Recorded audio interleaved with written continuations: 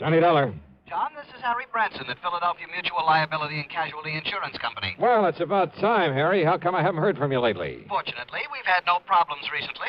That is, nothing requiring investigation. Until now, huh? Well, yes. So what's the trouble? Arson, mayhem, murder? John, it may be all of them, unless you're able to put a stop to what's going on. Sounds interesting. Who's involved in all this? And don't tell me you've been selling insurance to some gangster. Well, as a matter of fact, he is. What? An ex-gangster. At least he was known to have been mixed up with gangsters for several years. Who? Bertie Larson. Larson, huh? Well, at least the name sounds appropriate. So tell me what he's... Wait a minute. Yes, John? Isn't Bertie Larson the punk they've had before that special investigating committee? Yes. The committee on narcotics and gambling, the one that has the hearings on television now and then? That's the one. Well, then, Harry, if you want my advice, you'll cancel his policy, pay him off with interest, and forget him. I'm afraid that's impossible. What's more, since those hearings began, we've increased the face value of some of his policies. You have what? Yes. But now, in view of the threats he's been receiving, threats on his life, his home, his family, well, John... Baby, you're in trouble. John, do you think you can help us? And get my head blown off by some gunsel?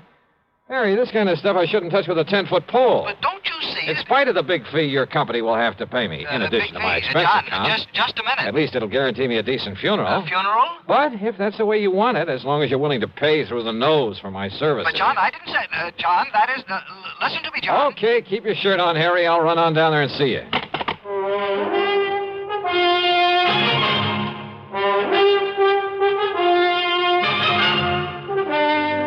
CBS Radio brings you Bob Bailey in the exciting adventures of the man with the action-packed expense account, America's fabulous freelance insurance investigator. Yours truly, Johnny Dollar.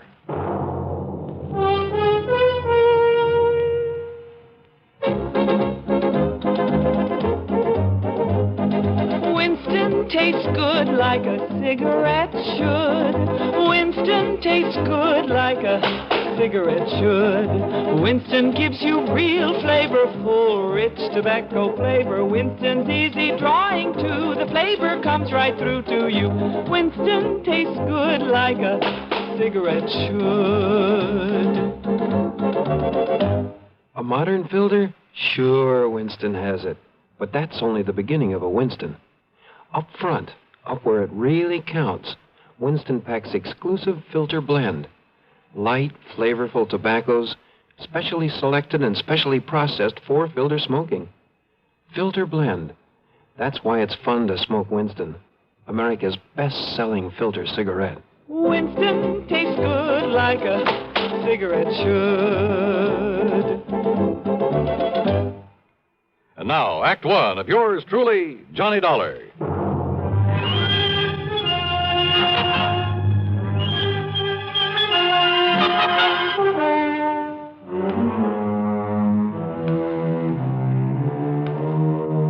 Expense account submitted by Special Investigator Johnny Dollar to the Philadelphia Mutual Liability and Casualty Insurance Company. Following is an account of expenses incurred during my investigation of the Larson arson matter. Expense account item 11120 for a train to Philadelphia and a taxi to Philly Mutual's office over on Walnut Street. It was late in the afternoon, but Harry Branson, the perennial worrywart, was still there waiting for me, and he wasted no time in getting down to business. Now, Bertie Larson, or more properly, Herbert James Larson, lives out in Penfield, John. Oh, yeah, that's kind of part of West Philadelphia, isn't it, Harry? Just beyond. He and his wife live in a very nice one-story brick home that we've insured for some $30,000. And he must have done fairly well in the rackets and had sense enough to put some aside. Also, John, we've insured his personal property, furniture, clothes, all the things in the house and so on, for some $20,000. No kidding. And didn't you say you've increased some of his insurance lately? To the figures I just mentioned. In the beginning, he was underinsured, but the policies provided for the increase at his option, provided, Yeah, of well, course, that's all right. You don't need to go into provided, detail. of course, that in no event should stipulated coverage exceed actual appraised valuation. Yeah, well, now, Harry, in if you... accordance with paragraphs A, B, and G of Article 21 of our standard comprehensive policy. Harry... Oh, yes, John. Also, his life is insured with us for $20,000. Making a total of $70,000. $70,000, yes. So if everything goes, including Bertie himself, somebody's liable to collect plenty. Exactly. Okay, who's the beneficiary? His wife, Nora. I see. And now you say that somebody's been threatening him. Oh, yes. Ever since he agreed to appear before this investigating committee. Uh-huh. What kind of threats? Over the telephone, he tells me, warning him that if he continues to testify, well, they haven't directly threatened his life, as I understand it, but they might as well have. And then last week... Wait a sec, Harry. Haven't the police been in on this? Oh, yes. Yes, they have. And for a while, they kept some men stationed about his place. So, naturally, nothing happened. But last week, John, when he returned from one of the hearings, he phoned me and said that he'd found a can of gasoline standing on his front doorstep. Ah, just a hint, huh, of what might happen if he doesn't clam up. Yeah, that's an old-style gang warning. Yes, a very obvious threat to burn up his home. But he's continued to appear at the hearings? Yes. And if he's killed off by these people, if his home is burned out from under him... By what people, Harry? Has he any idea who might be behind this monkey business? Well, of course. It must be someone who was involved with him in narcotics and illegal gambling at one time or But another. he doesn't know exactly who. Not specifically. He says he never recognized the voice on the phone, and, of course, it was probably well disguised. Yeah. Do you suppose he's still involved in the rackets? Oh, apparently not, or we'd never have sold him insurance. But then who can be sure? The point is, John, that if anything does happen to him or to that home of his, the company will have to pay out sizable sums of money. Yeah. Naturally, we don't want to do that. No. And if he can be protected properly, well, John, that's why I telephoned to you. Yeah, but Harry, the kind of protection you seem to want for him is something for the police to provide. John, I am convinced that the protection they are giving Bertie Larson is wholly inadequate. You told them so? I most certainly have. But they simply refuse to listen to me. Well, that is why I called you. Oh, I'm sorry, Harry, but it seems to me that... Well, okay. Give me his address. Tell me who the police contact is, and I'll see what I can do for you. I dropped my bags at the Bellevue Stratford. Then, having missed my lunch, I spent item 2, 5 1/4 for a drink and some early dinner. Item 3, $50 deposit on a rental car, and I headed out through West Philadelphia to the address in Penfield. As Harry had said, it was a nice place, not large, but neat and modern, sitting at the end of a new street. Apparently, there was no one home. I looked around to see if there was a patrolman watching over the place. No one. Nothing. And the street itself was deserted. I was just about to swing around and head for police headquarters when I noticed a thin streak of light from one of the rear windows in spite of the drawn shades. Yeah, I suppose I'll learn one of these days not to be so curious. But I walked quietly up the driveway beside the house. And then I heard something. Just a little sound, as though someone had quietly opened or closed a door at the side of the garage in the rear. And I suddenly caught the smell of gas, of raw gasoline. It was coming from the garage. I carefully edged my way on back there, hoping I wouldn't trip over something in the darkness that would give me away. The smell of gasoline was stronger now, much stronger. My next step was into a puddle in front of the garage door. I remember bending over to sniff at it, and it was gasoline, all right. And I remember a flashlight stabbing through the darkness behind me. But as I rose and turned...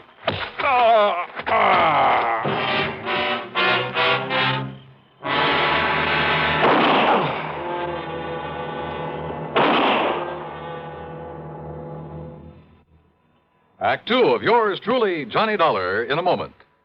Question: where will you find the leading stars of the entertainment world? Answer, right here on CBS Radio. Gary Moore, Arthur Godfrey, Andy Griffith, Bob and Ray, Art Linkletter, Amos and Andy, and more. The gang's all here. You'll also find the New York Philharmonic and the Metropolitan Opera back on the air. Remember, the star's address, CBS Radio. And now, Act 2 of yours truly, Johnny Dollar, and the Larson Arson Matter.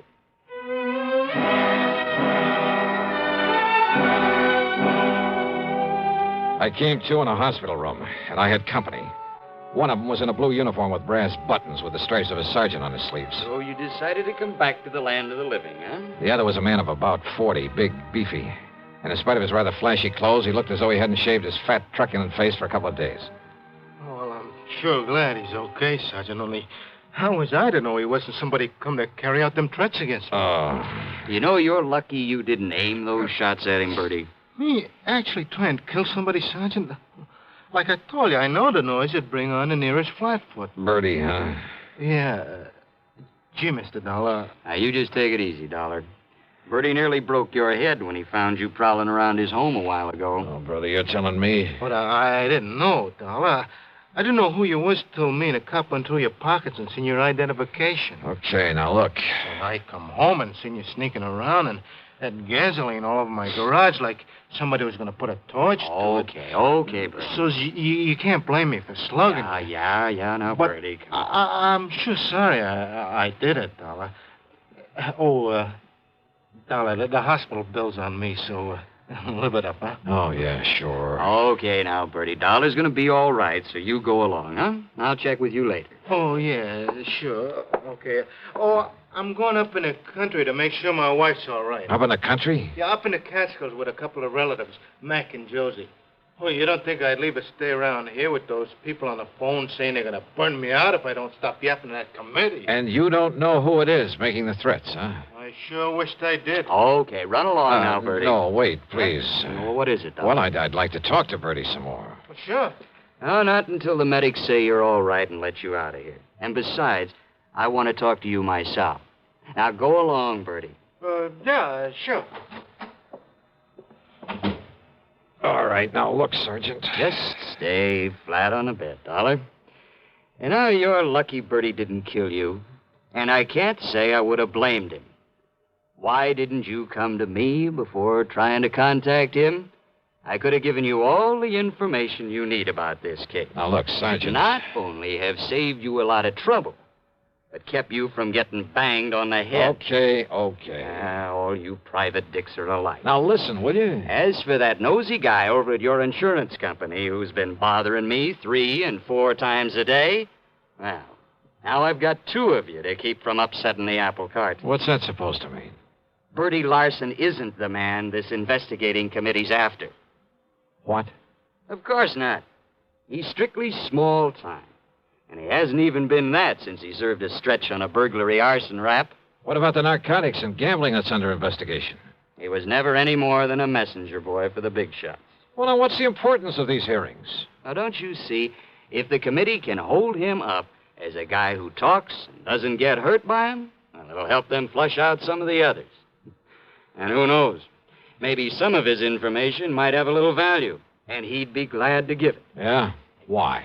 Bertie's been trying to run a used car business. Legitimate, or is it cover-up or something else? Legitimate. You're sure of that? Dollar, that stupid punk has been so scared since he got out of the clink. Yep. And listen. I'm listening. The publicity that he's been getting from the hearings, because of cooperating with the committee, why, it's practically made a public hero out of him. Who knows? Maybe it'll help his business enough to get him out of the red for once. That's why he's singing like a canary, probably making half of it up just to keep his name in the paper. Well, what about the threats he's been getting? You know something? We've only got his word about those threats. For all we know, he's making them up himself. Maybe. Oh, all right. So what if some of his old pals are calling him up, telling him to lay off, huh? If they try anything foolish, we'll nab them. Matter of fact, there are a few of those guys around here we'd just love to have something on. So maybe all this will flush them out for us. Or get Bertie killed? Ask me. I don't think anybody'd even bother to rub him out. I hope you're right, Sergeant. Sure. So, Dolly, that's that. No, when you're wait. up and around, come on over to the station and see me. But meantime, leave this to me, will you? Oh, wait a minute, will you? What about that gasoline he mentioned that was spilled all over his garage? Oh, one of those shots he fired. And now One of them look. drilled a hole in a can of gas he had lying around. Yeah? Sure, saw it there myself. Look, Sergeant. See you later, Dolly. Wait a minute, will you? Sergeant!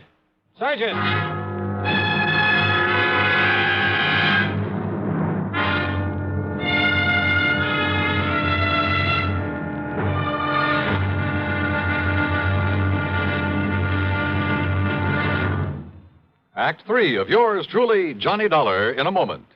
Here's Hollywood star Mona Freeman. Who feels like acting with a miserable cold? I relieve cold distress the fast way with 4-way cold tablets. Yes, tests of all the leading cold tablets proved 4-way fastest acting. Amazing 4-way starts in minutes to relieve muscular pains and headache, reduce fever, calm upset stomach, also overcomes irregularity. When a cold strikes, do what I do. Take 4-way cold tablets. It's the fast way to relieve nasty cold distress and feel better quickly. 4-way, only 29 cents. Now, here's a word about another fine product of Grove Laboratories. Had dandruff for years? Now get rid of it in 3 minutes with Fitch Dandruff Remover Shampoo.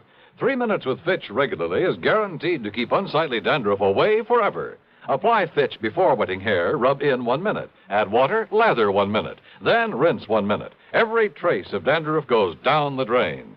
3 minutes with Fitch, embarrassing dandruff's gone. Fitch can also leave hair up to 35% brighter. Get Fitch Dandruff Remover Shampoo today. And now, Act 3 of yours truly, Johnny Dollar.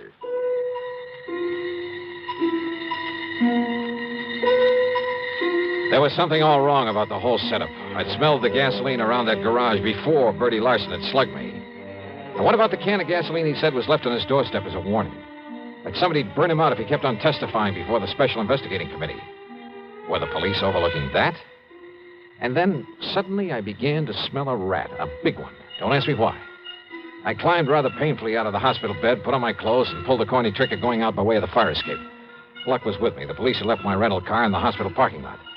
I spent item 4 $1.50 and a bar and a grill for a slug of brandy and some hot black coffee.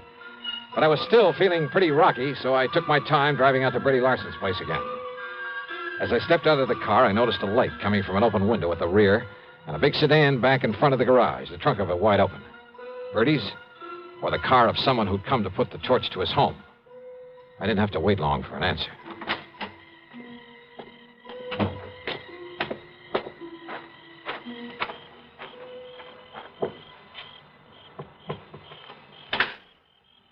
Bertie. Huh? Going up in the country, huh, to see your wife? Oh, Dollar. Yeah, that's right. Oh, say, listen, Dollar, it's lucky you come by here. Is it? Lucky for you or for me? Oh, no, listen, I come by to pick up some things, you know, to haul up to my wife. You know what happens? Yeah? When I pulls up in the driveway, there's some guy running away out back. So I yells him to stop, but he keeps on going, and it's so dark I can't see where to throw a shot. And listen. I'm listening. Then I smell gasoline. It's coming from inside the house. So I unlock the door and go in, and you know what I find in there? Go on, Bertie. Come on inside, Dollar. I'll show you. Oh, it's lucky I come by here. That's all I got to say. Hey, wait a minute. Were you figuring on moving out of here? Huh? What do you mean? Well, now, don't tell me this is all the furniture you keep in this place. Oh, of course not. I sent a lot up to Josie and Mac from while my wife is staying with them. What if the place burned down? You wouldn't hesitate to collect insurance on all the furnishings, would you? You're trying to be funny, Dollar. Now, look. Look here in my den. You see? You see where somebody dumped gas all over the rug? Lay them celluloid strips and out over the windowsill so as you could put a match to it from the outside? Yeah, I see, Bertie. Well, it's a guy I seen running away from here who was going to burn me out.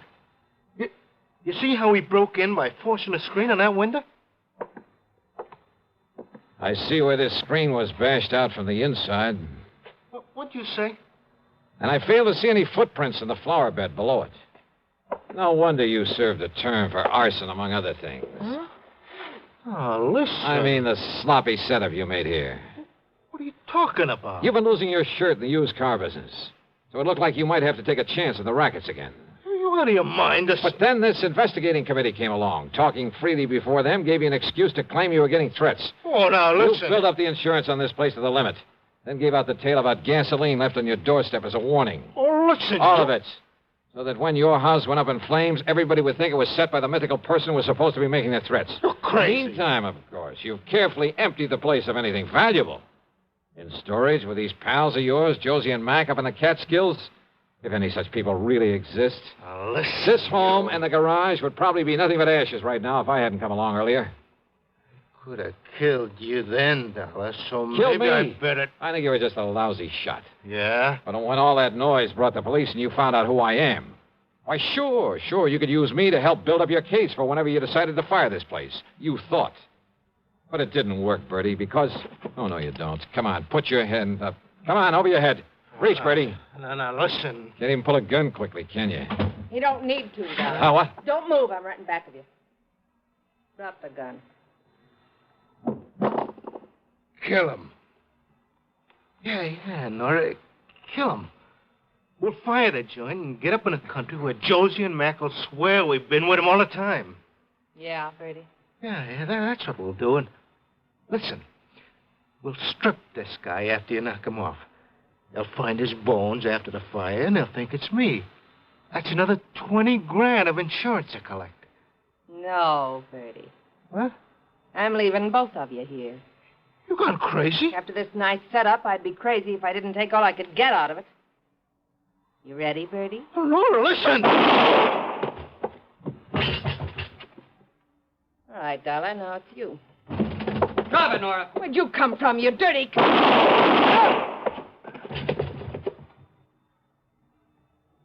Thanks, Sergeant. Well, that's okay, Dollar. But you can be mighty glad that hospital called me up when they found you'd sneaked out on them. You know something, Sergeant? Yeah? I'm mighty glad.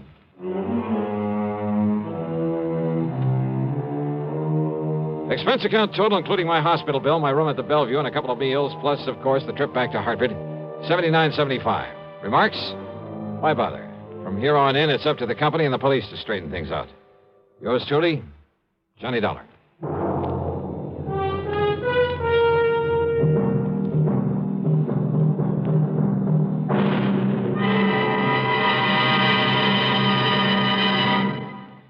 Our star will return in just a moment.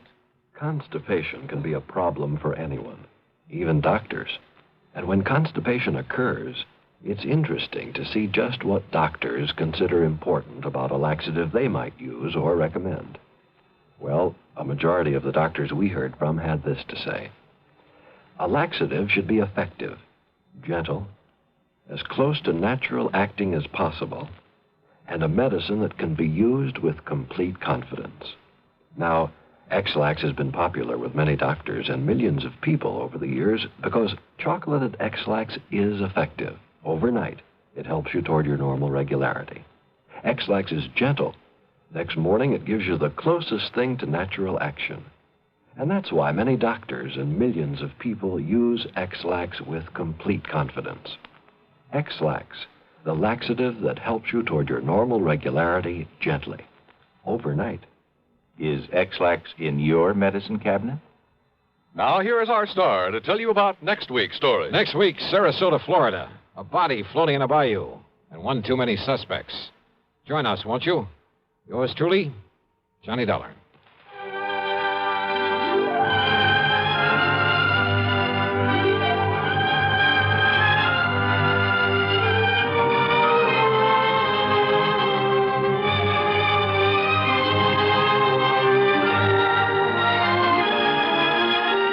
Yours truly, Johnny Dollar, starring Bob Bailey, originates in Hollywood and is written, produced, and directed by Jack Johnstone.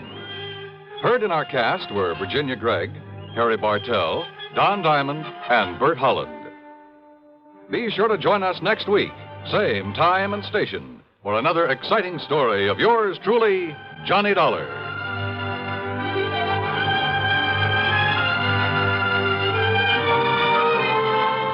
This is Dan Cubberly speaking.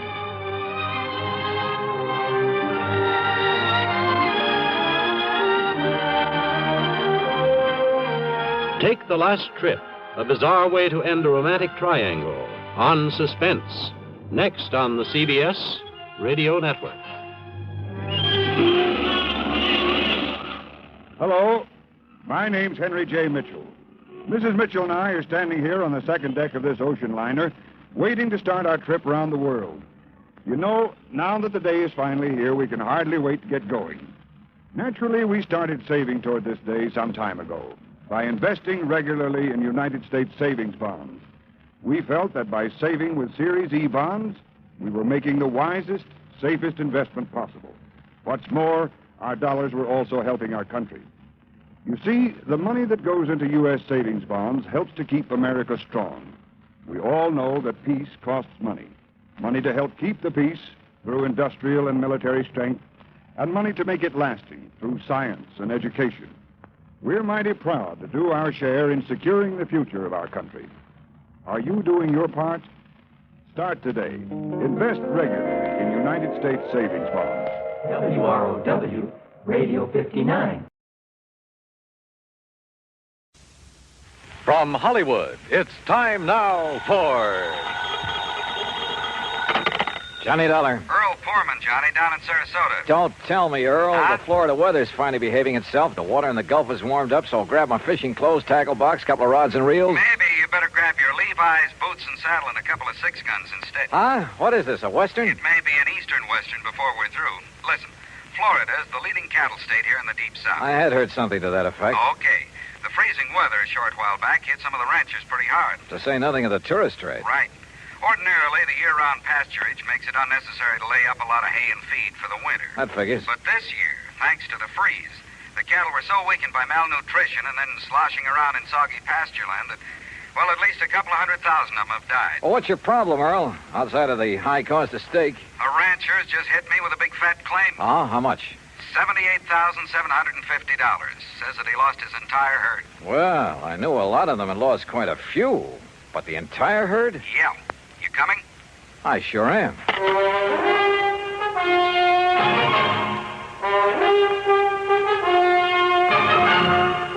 Bob Bailey in the exciting adventures of the man with the action-packed expense account. America's fabulous freelance insurance investigator. Yours truly, Johnny Dollar.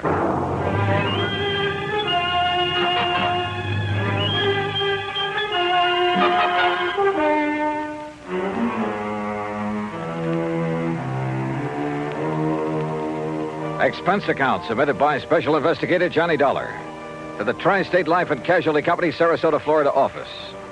Following is an account of expenses incurred during my investigation of the Eastern Western matter.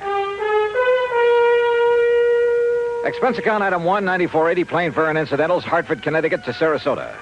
As I expected, Earl Poorman met me at the airport. We headed north on Route 41. 13 miles later at Bradenton, we turned east on 64 after grabbing a late lunch. That's item 2, 575.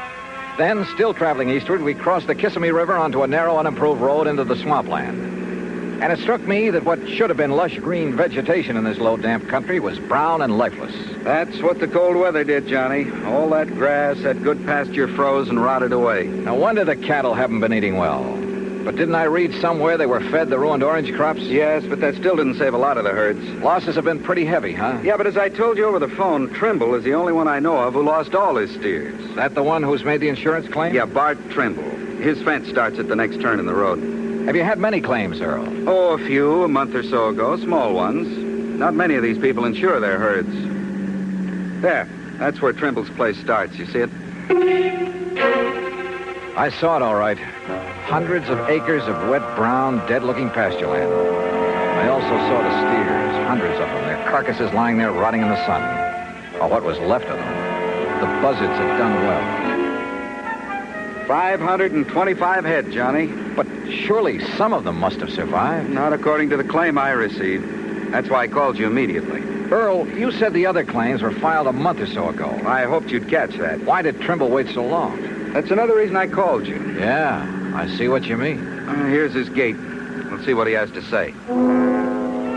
The Trimble place was unexpectedly new and tidy looking. The main house was a concrete block affair, all white with a slab roof. Behind it was a barn and a corral. The stack of bale hay was obviously for the horses and hardly big enough to feed a herd of steers. A few chickens pecked around here and there. Coming.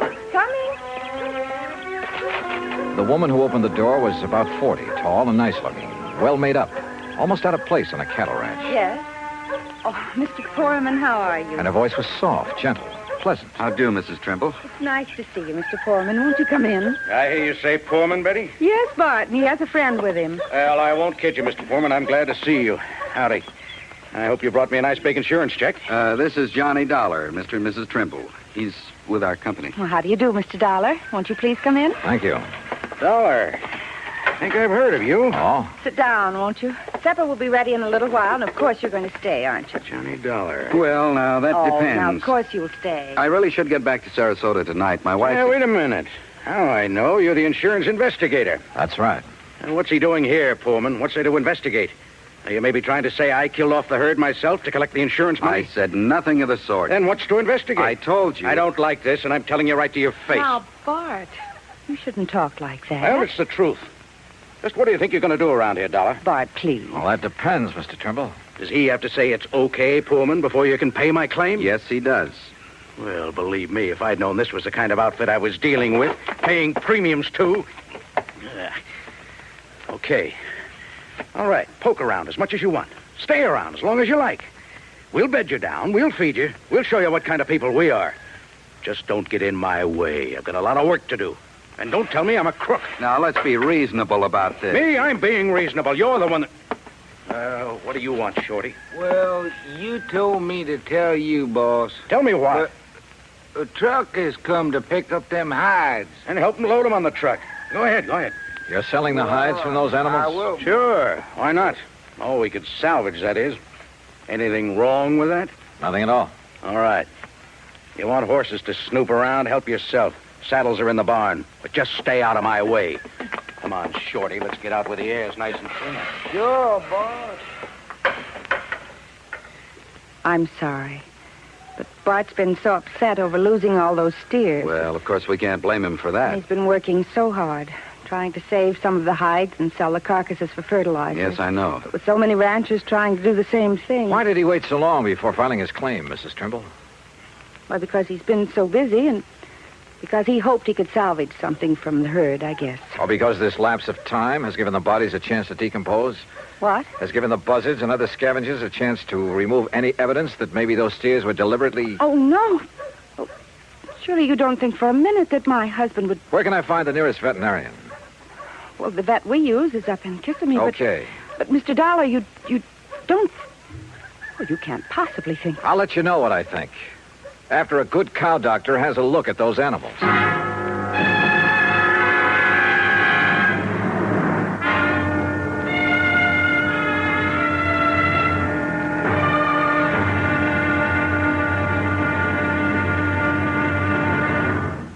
Act two of yours truly, Johnny Dollar, in a moment. From the halls of Montezuma to the shores of Tripoli is an exciting beginning to a stirring song. It is an historic salutation to the efforts of a valiant group of fighting men. Why is their history glorious? What spurred them on? Patriotism and desire for excitement are sometimes given for reasons, but these are not the answers. The answer is, these were men of vision, men who understood our country's needs. Respect, honor, and prestige are things that go hand in hand with a country's greatness. Major Smedley D. Butler recognized this in the year 1915. At that time, our diplomatic negotiations with Haiti were disrupted by Coco bandits who perilously affected the lives of some United States citizens in Haiti. A contingent of Marines under the command of Major Butler was sent in to bring the bandits under control. Though they were holed up in Fort Liberté, Major Butler found an opening in the wall and led a terrifying charge through the breach that resulted in very dangerous hand-to-hand combat for himself and his men. Amid a furious onslaught of Cocker bandits and a hail of enemy bullets, Major Butler succeeded in overcoming the resistance and creating a peaceful atmosphere. His grateful country awarded him the Medal of Honor for bravery, forceful leadership, and action above and beyond the call of duty. The second time he was awarded this high honor. Major Smedley Butler had a code of conduct born of years of devotion and service to the United States of America. And now, Act two of yours truly, Johnny Dollar, and the Eastern-Western matter.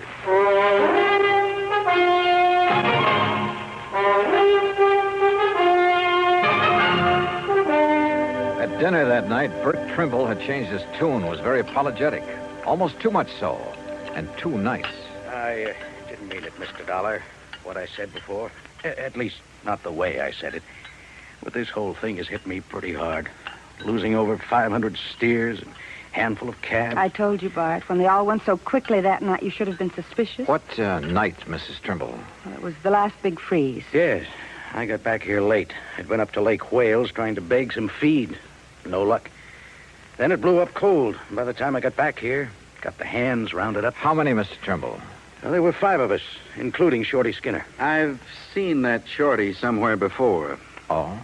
Well, anyhow, when we got to them, the cattle were all bunched up at the north fence. We thought we'd drive the strong ones back here, where they'd have some shelter. We could give them the hay we keep for the horses. but they wouldn't move. Most of them couldn't move. And it was dark, and the freezing wind was cutting across the swamp. So all we could do was come back here and pray. Next morning, they were dead. All of them. I've put everything I had into this ranch. Every penny I saved from my factory work up north, Betty's money from nursing, even cashed in my own life insurance policy. And now they're gone. So if I got a little nasty, well, I guess a man can take only so much. It's been awfully hard for Bart these past 3 years. And then just when things were going good. Your hands bunk out in that building beside the barn, huh? Only Shorty skinned out all the steers we could. The other boys left. I still owe Shorty some wages. I'm going to ask a pretty blunt question, and I want an honest answer. Huh? Had you ever thought of giving up, going somewhere else? Sure, lots of times. For Betty's sake, too. Even thought of going out to California. I see. She has relatives out there, all doing fine. They've kept after us to go out there and crop farm with them. Maybe I should have. But we stayed, didn't we, dear? Yes, I wouldn't give up. Even Betty reconciled herself to sticking it out. If only we'd known that this was going to happen. Yeah.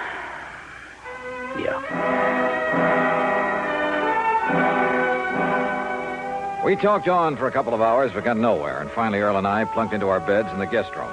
Mine was beside the open window. Now, when Earl Poorman sleeps, he's dead to the world, but he snores mightily. So after throwing a couple of shoes at him, I gave up and managed to drop off with the pillow wrapped around my head. That was a mistake, an almost deadly mistake. Johnny! Johnny, wake up! Johnny, you hear me? Johnny! What? Wake up! Oh, my head. Stand up. I'll help you. Breathe deeply. Can't you smell it? What are you talking? Deep breath. Come on. What are the... It's chloroform. Yeah, on your pillow. Holy hell. I threw it out the window, your pillow. It was saturated with chloroform. Give me a hand, Earl. I'm dizzy. Oh, somebody came in that window. The pillow was over your head. You see him? No, but Johnny... Oh, let me sit down again. Yeah. Here, by the window. Now breathe deeply. Oh, yeah. I rolled out of bed in my sleep, that narrow bed, or I'd never have wakened. I heard the door slam, then I smelled it. But who? Johnny, I knew I'd seen that Shorty Skinner somewhere. Yeah? It was on a road gang over near Sarasota, a prison gang. You sure? I was driving my brand new Cad. As I passed him and the rest of that glowering bunch, he let fly with a handful of mud. Now, if you ask me, he's the one who came in here and tried to chloroform. But why? That's what I'm going to find out right now. No, wait. I'll be feeling okay in a minute. Let me handle it.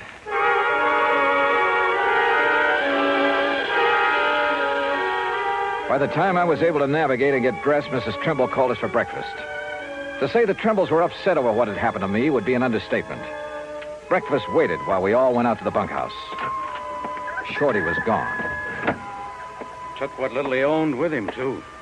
Has either of you any idea why he'd attacked me? Good heavens, no. But I never did really trust that man. He was such a sneaky-looking... like a little rat. Yet he was the only one who stayed when I couldn't keep their wages up to date. Where would he ever get hold of chloroform? That's the part I don't understand. From the locker, dear. Back in the barn. Huh? You know, the stuff we got to put that old sick mare out of the way. Oh, yes, of course. I think why Shorty did this is pretty obvious, Johnny. Yeah? He was afraid you'd find out what and who killed off this herd. Bart, look. Here, Betty. The note on top of this bunk. Here, let me see it. What's it say, Johnny? I'm tired working for no pay. I will leave you know where to send my pay when you collect on that there insurance. Shorty. Shorty Skinner. The crazy fool. Wanted his money. He knew I had none, but I could collect plenty on the insurance if he poisoned my herd. Oh, was it poison, Trimble? What? You didn't seem to think so before, but now that you have somebody to pin it on... No. Now you seem pretty sure of it. Mr. Dollar. No, Johnny, it must have been Shorty. Maybe not. When the vet arrives, if he decides the herd was poisoned, okay, we'll take it from there. Act 3 of yours truly, Johnny Dollar, in a moment. Our flag now numbers 50 stars, and behind each star there stands yet another flag representing one of the 50 states. Wyoming's state flag pays homage to the monarch of the Great Plains, the bison, or buffalo as we call him. Set over the bison is the Great Seal of Wyoming, almost as a brand. The red on the flag's border represents the Indians who knew and loved the country long before white settlers arrived. It also represents the red blood of the pioneers who gave their lives in reclaiming the soil. The red, white, and blue border of the flag indicates Wyoming's oneness with the Union.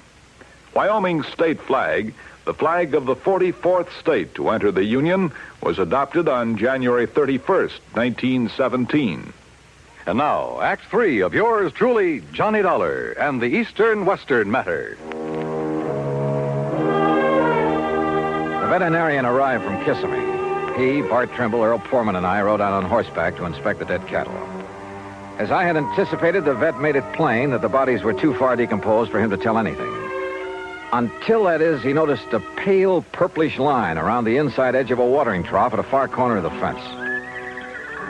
Whoever used it didn't realize that it'd leave this telltale ring around the trough. Used what, Doctor? Well, let me scrape off a little, make sure.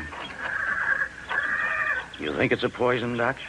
If I can taste it without getting enough to hurt me. Ooh. Well? Yeah, no doubt about it. Phenofic acid. That's what killed the herd? Yeah, beyond a shadow of a doubt. That's not a very well-known poison, Doctor. I know. It's used almost entirely in laboratory experimentation. I remember it well from my college days. But out here? Who did this to me? Who did it? You don't know? Shorty. Who else? Mr. Dollar. Look, I'm going back to the ranch house to a telephone. I'll see you when you get back there. I called the state police to get out on all points on Shorty Skinner. Then I started on the police in the neighboring towns. The second call to headquarters at Lake Wales got me unexpected results. Sure, we got him right here in the clink, sir. Oh? What are you holding him on? Just vagrancy, no visible means of support. Found him sleeping on a bench in the park about 9:30 last night, so we hauled him in, let him put his X on a police blotter. His what? His X, you know. I certainly do. Thanks very much. The others hadn't got back from the pasture yet. Mrs. Trimble was in the kitchen making lunch. Quietly as possible, I sneaked into their bedroom. Carefully hidden in a desk, I found a lot of letters from the relatives in California. Letters urging that they give up the ranch, do something, anything, to get the money out of it and move to California. Those letters were addressed to only one of the Trimbles. They were addressed to... And then I saw it, neatly framed on the wall, a diploma. A diploma from the famous Lippenwall School of... Why, Mr. Dollar, what are you doing? Mrs. Trimble, I found out that Shorty Skinner has served time. Shorty? At least to the extent of working on a road gang. What for, I don't know. Then he is a criminal. Then there's no question about who poisoned the herd. Oh? You know about the vet's findings? That they were poisoned? Well, no. No, but I thought it was understood. A lot of things have been understood. Wrong things. Did Shorty give you a home address when he came to work here? Yes. Yes, he did. Do you think he'd go there after what I'd like he's to done? see it, please. Well, it's here in this top drawer. Yes, here. That's not his writing. No, that's mine. You see, Shorty can't write. Oh? So he couldn't have written this note you found in his bunk. But who... But look at it. Doesn't that curlicue on the letter T look like the one here when you wrote his address? And how about this capital I? Good heavens, Mr. Dollar. Friends who wanted you to go to California, and you wanted to go. Of course. But as Bart told us, you reconciled yourself to staying here, apparently. I did. I did stay here, even though I wasn't happy. Then the big freeze gave you a chance to kill off the herd, collect a lot of insurance money, and get away with it. You thought. Mr. Dollar, how dare The method? you? A little-known poison you'd learned about back in the Lippenwall School of Nursing. No, But you hadn't expected me here to investigate, so you had to get rid of me. How? As a nurse, you knew all about chloroform. Look, Mr. It Dollar... was a natural, with me sleeping with my head on the pillow, and you knew that Earl was a sound sleeper. He's been here before. And who'd get blamed? Shorty, because he'd left. Only Shorty had left long before that. What? He was picked up in Lake Wales at 9:30 last night. What? Well, then, no, listen. You killed the herd. You tried to kill me. Is that true, Betty? Bart. Tell me. Is it? Yes. Yes, it's true. You know how I hated this place, this horrible, miserable cattle ranch. This living out in this godforsaken wilderness. Betty. Well, you wouldn't do anything about it, so I did. Oh, good Lord. But I failed. But I failed.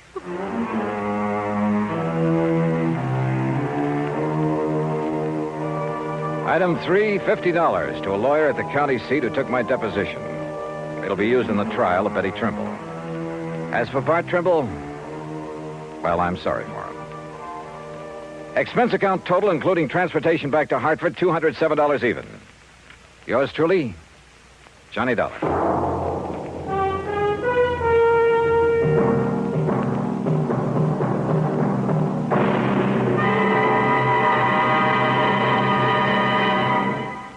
Our star will return in just a moment. It doesn't take a war to make a hero, nor does it take a situation filled with an onslaught of deadly enemy gunfire, bombs, and mortars. It takes a man to make a hero, and a man's qualities of greatness are based on his code of conduct. It serves him in peace as well as war. In August 1916, when the United States was still at peace with the rest of the world, part of our fleet was anchored off Santo Domingo City. The USS Memphis was in danger of total destruction from a hurricane. Only the efficient operation of the engines and boilers could get her out of the critical area. Lieutenant Claude A. Jones was senior engineering officer aboard. In rapid succession, boilers and steam pipes began bursting about him, scalding him with clouds of steam. Thousands of tons of water came down on him. In complete darkness, Lieutenant Jones nobly remained at his post as long as the engines would turn over. His supreme, unselfish heroism inspired the men with him. When the boilers exploded, Jones, with 2 men, rushed into the fire rooms and rescued the men trapped there. In the face of death by drowning, burning, or suffocation from the scalding steam, Lieutenant Claude Jones performed a heroic feat because he felt it was his duty to do what he did. He earned the Medal of Honor because he had a code of conduct that served him well. Now, here is our star to tell you about next week's story. Next week, 1 honest woman, 2 honest men. Yet $100,000 was gone. Fact. Join us, won't you? Yours truly, Johnny Dollar.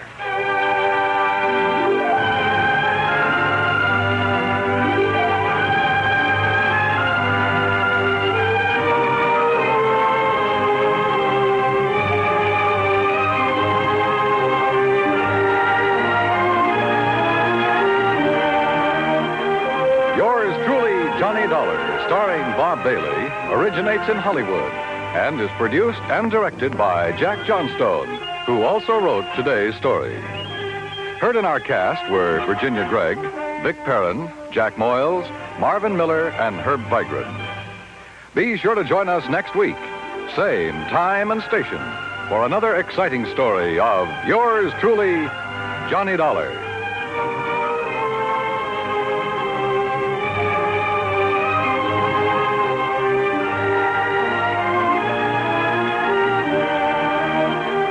This is Dan Cubberly speaking.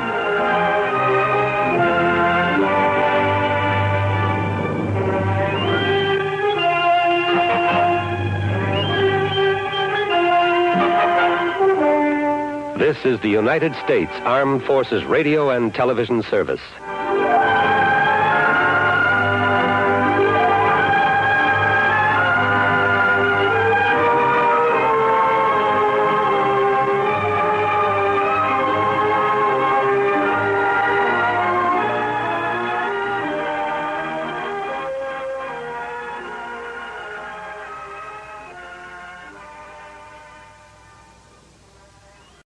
Hollywood, it's time now for... Johnny Dollar. Nick Walters, Johnny. Northeastern Fidelity and Bonding. Oh, hi, Nick. How's with you? Good and bad, Johnny. Good and bad. Well, I'm sure it's nothing good you've called me about. What's the problem? $58,000. Lost, straight, or stolen? As if I didn't know. Yeah, probably stolen. Ever hear of the Old Lang Syne Furniture Company? I have not. Sounds like a gag. It's no gag. Some of the finest traditional furniture in the world comes out of that plant. Really? It's up in northern Massachusetts in a little town north of Fitchburg, and it's run by a bunch of real characters. Oh, how do you mean? Well, I suggest that when you go up there, you wear a dark blue suit, white shirt, and black four-in-hand tie. Huh? Oh, and suspenders. Be sure you wear suspenders. Are you kidding? Why? Why don't you come over here at the office and let me tell you about it? Yeah, Nick, I think I'd better.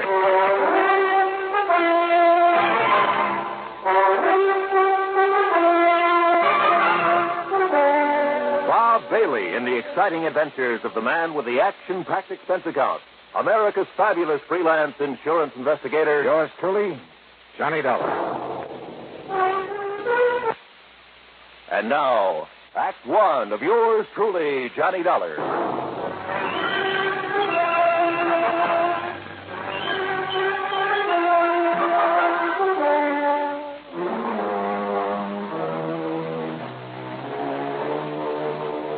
Expense account submitted by Special Investigator Johnny Dollar to the Northeastern Fidelity and Bonding Company, Home Office, Hartford, Connecticut. Following is an account of expenses incurred during my investigation of the Two-Face matter.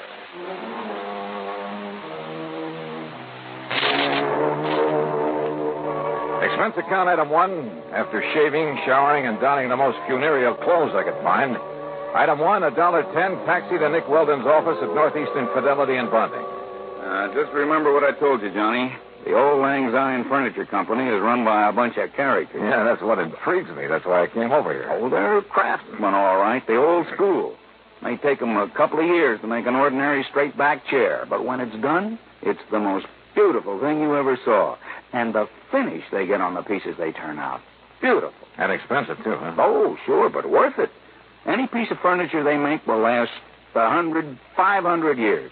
Yeah, they're real honest craftsmen, the kind you don't see anymore. Uh-huh. Well, apparently somebody wasn't too honest with them. So tell me all, Nick. Johnny, it seems one of their lads has run off with some of the company money. Yeah, you mentioned $58,000. Yep. 58,433 to be exact, and those boys are exact. Well, what did the police have to say? Nothing. They were never called in. Well, why not? I told you, the place is run by a flock of real characters. Oh, brother, they must be. When did this happen? Sometime within the past 3.5 years. And you've just found out about it now? That's right. Well, how come? I told you, John. Yeah, that's right. You told me. They're a bunch of characters. But didn't their policy state that any claim had to be filed within 60 days of the loss? Oh, we waived that for them. Struck it from the policy. Why? Because they don't like to be rushed in anything. Rushed? After all, 60 days. And don't forget, they only discovered the loss a bit over a month ago. They even took a month to let you know about it. Yeah. And yet you say it could have occurred as much as 3.5 years ago. Yeah, I know. But why don't you save the questions for Mr. J. Worthington Keesley? Who's he? Yeah, the senior member of the organization, I guess you'd call him. There are no officers, you know, president, vice president, and so on. You mean a company big enough to suffer a cash loss of $58,000? Johnny, I told you. Yeah, that's right. You told me. Yeah. So, will you go up there and see what's what? Nick, I'm going up there for just one reason, on expense account, of course. Oh, of course. And that is to take a good look at these crazy characters you've been telling me about.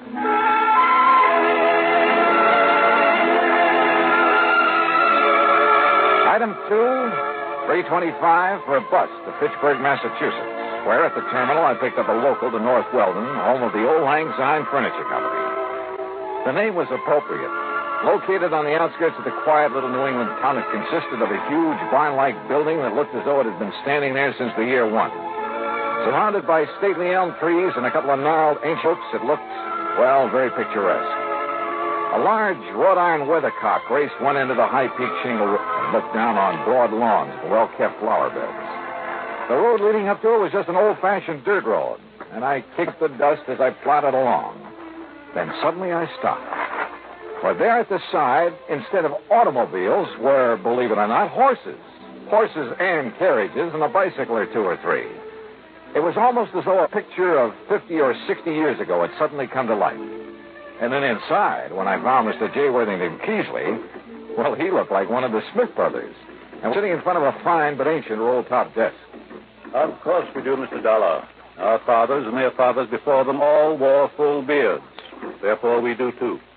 Would you like a bit of snuff, sir? No. No, thanks. Yes, it's one of the traditions, sir. The traditions to which we adhere in order that we may continue to fabricate the superlative furniture for which we've become famous over the past 107 years. And I take it, Mr. Keasley, that the same thing applies to the horses and carriages out there at the side? Yes, they were good enough for our grandparents, so they're good enough for us. I suppose that's why I should have suspected Mr. Twiller. Mr. Twiller? Roscoe James Twiller, Mr. Dollar. Here, sir, there's a picture of him. In this group photograph taken on the occasion of our 100th anniversary. I feel like I ought to yell beaver. I'm afraid his mighty shock of hair and magnificent beard misled me back in 1941 when I hired him. Yes, and I suppose I should have known when he gave up horse and Surrey to drive one of those newfangled motor cars. Should have known what, Mr. Keasley? But he was no longer a man suited to our fine establishment.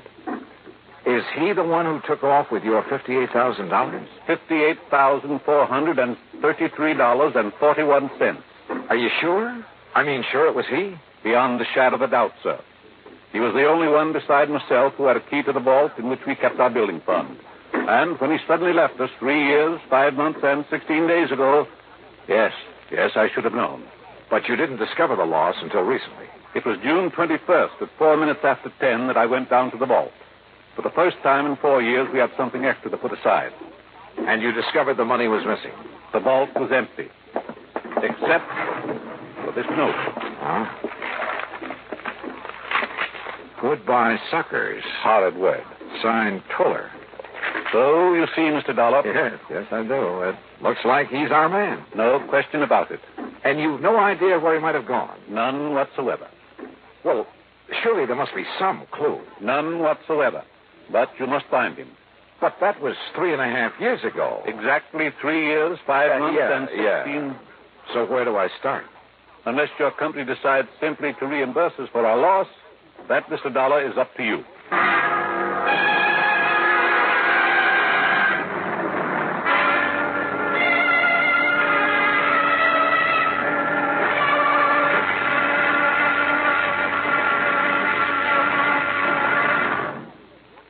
Act 2 of yours truly, Johnny Dollar, in a moment.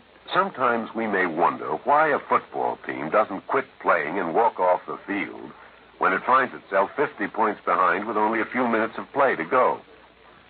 What is that indomitable spirit that fills men with hope and keeps them going in spite of terrific odds, keeps them going just to play the game according to the rules, just to get the job done as well as they know how?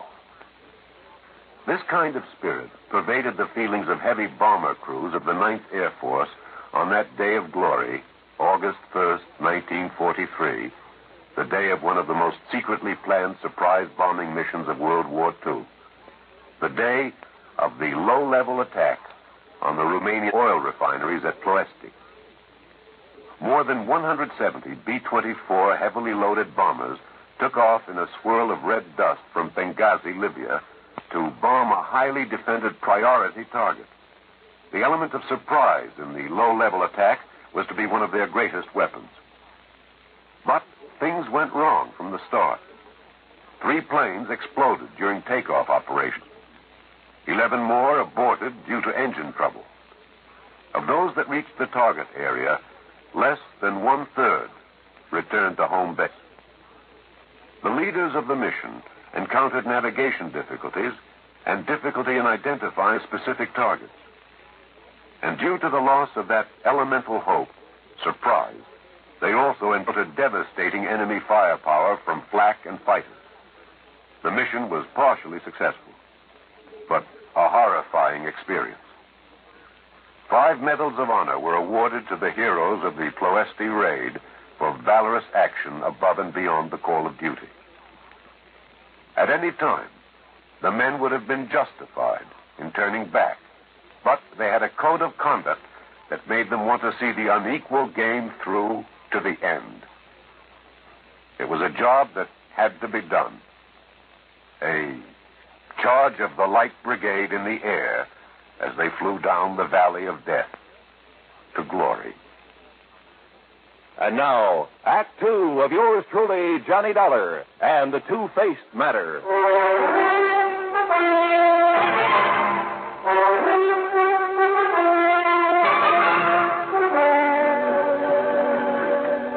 Okay, Mr. Keesley, it looks like this man Twiller is the one who walked off with the money in your safe when he left your employ. No question about it. And unless you can find him, your company will have to pay the full amount of the loss. Yeah, well, even if I do find him, the chances are he'll have spent that money. After all, 3 years and a half. Exactly 3 years, 5 months, and 16... You say you have no idea whatsoever as to where he might have gone. With that much money, he could be anywhere in the world. Uh-huh. Where did he live? I don't know, sir. What? After all, it was none of my affair. But if he worked for you a number of years... I make it a rule never to pry into the affairs of others. Except, of course, where the manufacture of fine furniture is concerned. Well, doesn't anybody in this organization know anything about Twiller? Possibly Mr. Bottomley. Who's he? He is presently engaged in creating a Hepplewhite table in the shop. Come, we shall speak with him. The huge shop dated back 100 years at least. There wasn't a single power tool, not even a buzzsaw. But some of the tools looked as though they might have been used to build the ark. 8 or 10 men, all of them old, all wearing dark trousers, suspenders, and white aprons, were busy turning out fine pieces of furniture, carefully, almost lovingly. And every one of them wore his own distinctive full beard. Hooray for tradition. Mr. Keesley led the way to a man who was gently trimming the edge of some kind of a sideboard. Good morning, Mr. Bottomley. Good morning, Mr. Keesley. You must pardon this intrusion, Mr. Bottomley. It must be for good reason, Mr. Keesley. Though you must understand that I cannot afford interruption if I am to finish this credenza by the first of the year coming. Of course. I wish you to meet Mr. Johnny Dollar. Good morning, Mr. Dollar. How are you? He is an investigator, Mr. Bottomley, come to get us back the money we lost. Then he must find Mr. Twiller. Exactly. Good morning, Mr. Thurston. Good morning, Mr. Keesley. Mr. Keesley tells me you know where this man Twiller lived. He was my neighbor. Lived alone next door to me. Where? And I assure you, sir, I had no idea of his designs on the company building fund. Yes, I'm sure. But now if you'll tell... Each morning he drove me to work in his carriage until he purchased that abominable motor car. Oh? I refused to ride in it, sir, and bought myself a bicycle. You did properly, Mr. Bottomley. Good morning, Mr. Woodstone. Morning, Mr. Keesley. Well, just where is it that Twiller lived, Mr. Bottomley? In the village of North Weldon. East North Weldon, on Peach Avenue. Well, then perhaps the authorities there will be able to give me some kind of a lead. The authorities? The police, Mr. Keesley. The police? Good heavens. I hope not, Mr. Dollar. Surely not the police. Gentlemen, please. These gentlemen are right, Mr. Dollar. Think of the blot I'm on with me. Now, look, your loss amounts to $58,000. $58,400. If I don't find this man, my company's going to have to pay off. I know, but the police... Now, look, my immediate job is to find this Roscoe James Twiller. And if I need the help of the police to do it... Who's the chief of police in North Weldon? Well? The mayor, Mr. Dollar. What's his name? John Kenworthy Wilkins, Mr. Dollar. Any of you know him? We do not mix with the townspeople, Mr. Dollar. We don't even go into town, Mr. Dollar. That's right. But I do have a picture of the mayor. Here, sir. Bottomley. Where did you get this? He's running for re-election, Mr. Keesley. I found this poster in my carriage. Well, get rid of it, man. This is indecent. No, wait a minute. Let me see that. Terrible. Disgusting. Huh? Why, it's a disgrace to have such a thing within the walls of this fine old company. Oh, no. No wonder the old boys were shocked. For His Honor the Mayor of North and East North Weldon was not only as bald as a billiard ball, but to top it off was clean shaven. Yeah, a picture like this within the walls of the All Lang Syne Furniture Company was real sacrilege.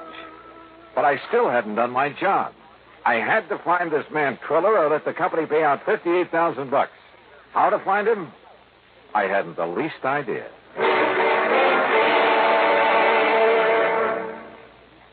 Act 3 of yours truly, Johnny Dollar, in a moment.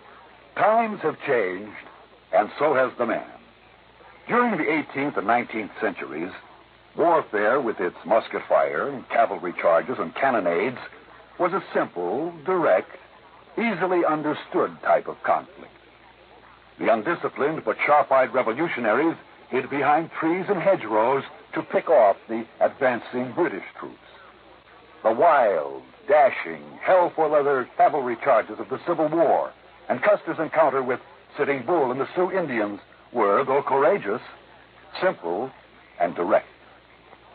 But they were far removed from the developments of the atomic age, which demands selectivity, skill, and rigorous training. Until recently, the soldier's general level of knowledge determined his job suitability. Today, however, with more and more complex weapons and equipment being used, the military needs large numbers of skilled technicians.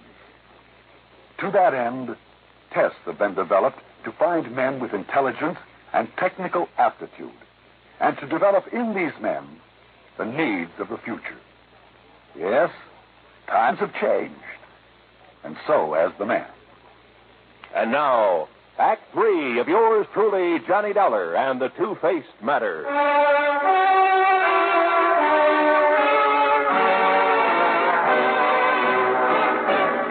I found the mayor of North Weldon sitting comfortably on the shaded porch of his home, fanning himself with an election placard and sipping at what looked suspiciously like a gin and tonic. Yes, you're certain that I can't fetch you a limeade, too, Mr. Dollar? No thanks, Mayor Wilkins. Yes. Well, now, as I started to say, when I first came here, I did hear some rumor about money having been taken from the old Lang Syne Furniture Company. But until they lodged a complaint with me, for you see, I'm also chief of police. Yes, well, from what I can see, they're pretty slow about things like that. Yeah, well, they're slow about everything. But they make magnificent furniture. Mm-hmm, I could see that. Tell me, did you know this Roscoe Twiller at all? No, gone before I came to North Weldon. Oh? But that was only 3.5 years ago. And I came after that. Yet you're the mayor of the town. Village, really, Mr. Dollar. But lovely place. I've liked it ever since the first time I saw it. And when the people learned of my police record, my record in police work out in Ohio, why, they insisted that I take over my present job for them. I see. And you have no idea where I could get a lead on this man Twiller?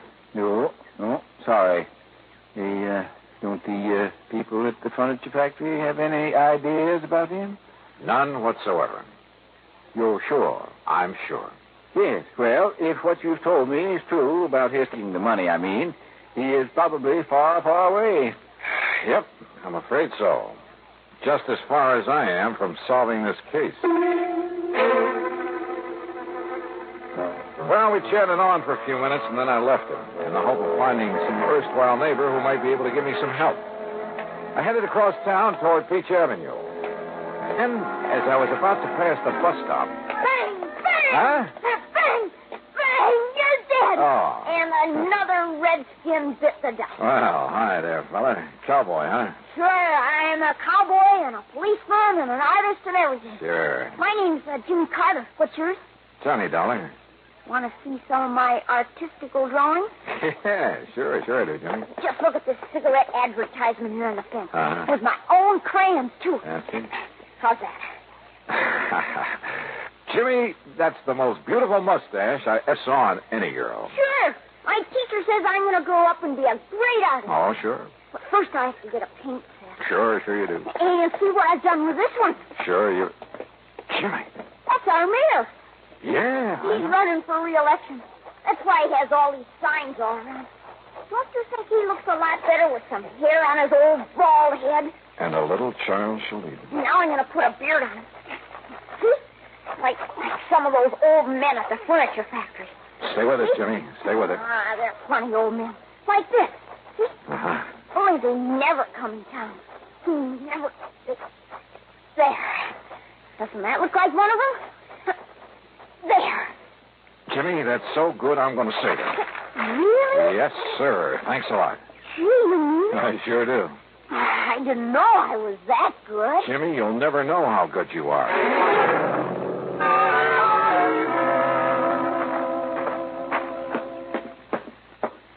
Well, you back so soon, Mr. Dollar? Mayor Wilkins, or rather, Chief Wilkins. Yeah? I have to ask you to make an arrest. You mean you've found the man that you've been looking for? If there's any question about it, I'll make a civilian arrest. Oh, I don't understand, sir. Only a few minutes ago. Only a few minutes ago, I was blind as a bat to the most obvious possibility in the world. You showed up in this town a short time after Roscoe Twiller left. Yes, that's true. Roscoe Twiller, with a heavy shock of hair and a thick beard. Well, I understand it's all men out at the old Lang Syne furniture. You, clean-shaven, completely bald. Mr. Dollar. I should have realized by the funny pink tint on the top of your noggin that you've been using some kind of hair remover. I beg your pardon, sir. Here. Look at yourself. Yes. What'd you get that? Roscoe James Twiller, alias John Kenworthy Wilkins. Now, Mr. Dollar. And I'll bet that if I make a search of your house, I'll find the key to that vault in the furniture factory. No, I threw it away. Yeah. Do you want to make the arrest yourself, Twiller? Or shall I?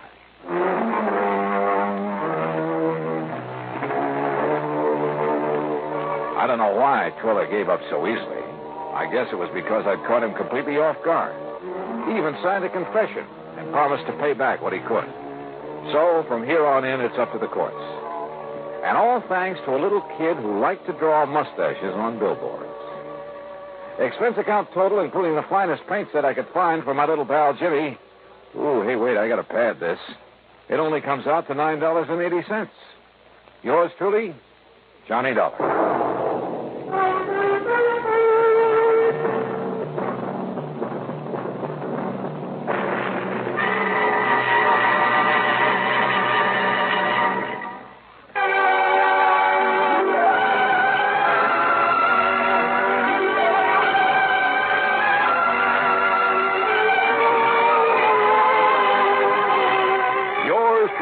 Johnny Dollar, starring Bob Bailey, originates in Hollywood and is written, produced, and directed by Jack Johnstone. Heard in our cast were Will White, Herb Vigran, Horace Lewis, Edgar Barrier, Richard Beals, Bill James, and Gus Bays. Be sure to join us, same time and station, for another exciting story of yours truly, Johnny Dollar. This is Roy Rowan speaking.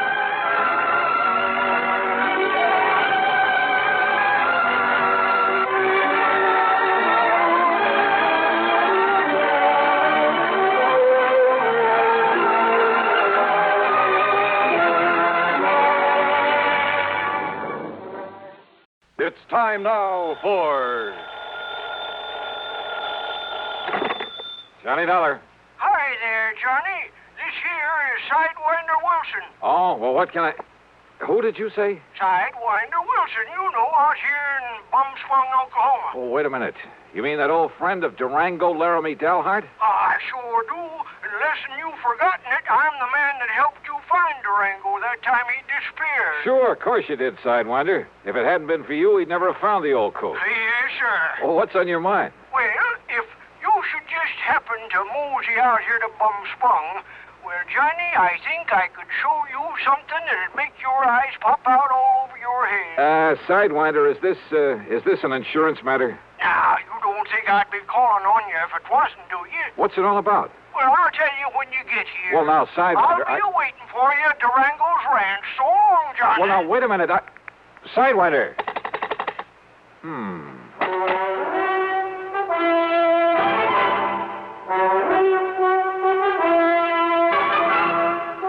Bob Bailey in the intriguing adventures of a man with the action-packed expense account. America's fabulous freelance insurance investigator. Yours truly, Johnny Dollar.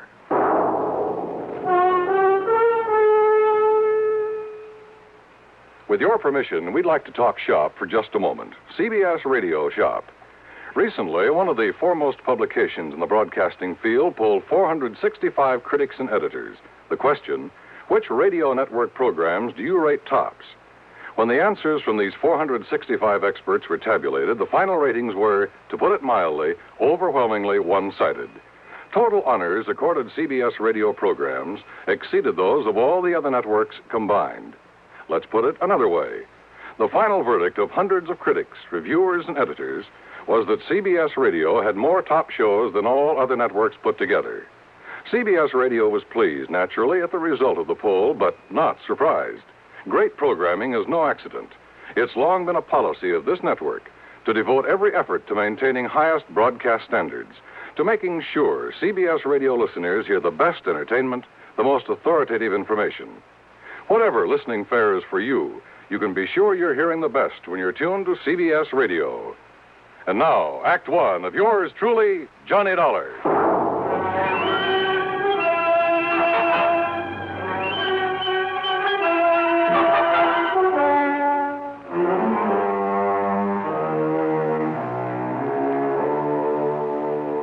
Expense account submitted by Special Investigator Johnny Dollar to Floyd's of England, North American Office, Hartford, Connecticut. Following is an account of expenses incurred during my investigation of the Fairweather Friend matter.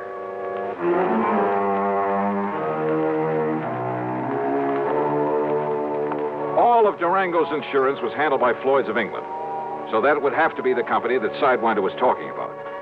Expense account item 1, $1.20 for a taxi to Floyd's headquarters in Hartford in the office of George Reed. Well, this is a switch, Johnny. You're coming here. George, I just got a call from that town out in Oklahoma with the unlikely name of Bum Spung. The old Indian name, I understand. It means bad spring, bad water. Yeah, it was from a friend of Durango Laramie Dalhart's, an old character by the name of Sidewinder Wilson. You know, of course, that Durango was here a few days ago. Here in Hartford, and he didn't drop in to see me? He dropped in to pay the $4,500 premium on that insurance he carries for the benefit of his niece, Carol Dalhart. He must think an awful lot of that girl. Yeah? Well, who wouldn't? What? George, that Carol's a living doll. If I were ever to think seriously of getting married, well, believe me. Oh, what's the hitch? Does old Durango object? Object? Far from it. Hey, tell me, did he pay off that premium in the usual brand new $100 bill? Yes, and as usual, he peeled them off a roll that was big enough to choke a horse. Johnny, why that man carries so much cash around with him? Now, what did this fellow Wilson call you about? Sidewinder wouldn't tell me. Well, now, wait. There was a robbery-murder case out there a while back in the little town of Fairweather. Oh? That's a few miles north of Enid, Oklahoma. What happened? Well, it was the messenger carrying some negotiable securities to the small bank there in Fairweather. Ah, you get stuck for insurance on both the man and the securities? Only on the messenger. The securities were returned. By whom? Well, neither the bank nor the police out there ever found out. Funny. Do you suppose that's what Sidewinder called me about? Well, there's only one way to find out, Johnny. Which is to say that Floyd's of England will pay my expenses. Well, now, within reason, of course. Huh? Well, why kid about it, Johnny? That freewheeling expense account of yours. George, you sound as though you don't trust me. Well, of course I do. Oh? Well, you shouldn't. Huh? George, I'll be in touch. Expense account item 2, $97.30, transportation. The plane dropped me off at Enid, Oklahoma, shortly after 6 p.m. Item 3, $2 even for some food. Item 4, a $50 deposit on a drive-your-own car. I drove north on Highway 81 then, after some 27 miles and after crossing the Salt Fork of the Arkansas, which, much to my surprise, had a trickle of water in it, I turned left on the rough dirt road leading to Bum Spung. Finally, there it was. The same 2 or 3 acres of poor, barren, sandy soil. The ramshackle house and the remains of a barn, leaning tiredly on the timbers that helped to prop it up.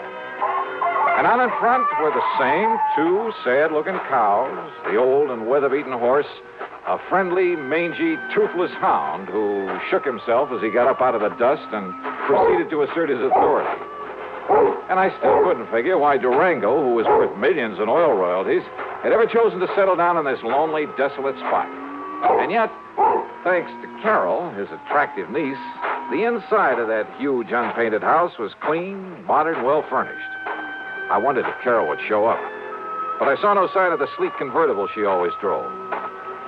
Swinging open the sagging wire gate, I wondered if the ancient Maxwell, parked at one side, belonged to Sidewinder Wilson. I didn't have to wonder for long. Hey! Hey, you crazy old coot! Yippee! Sidewinder!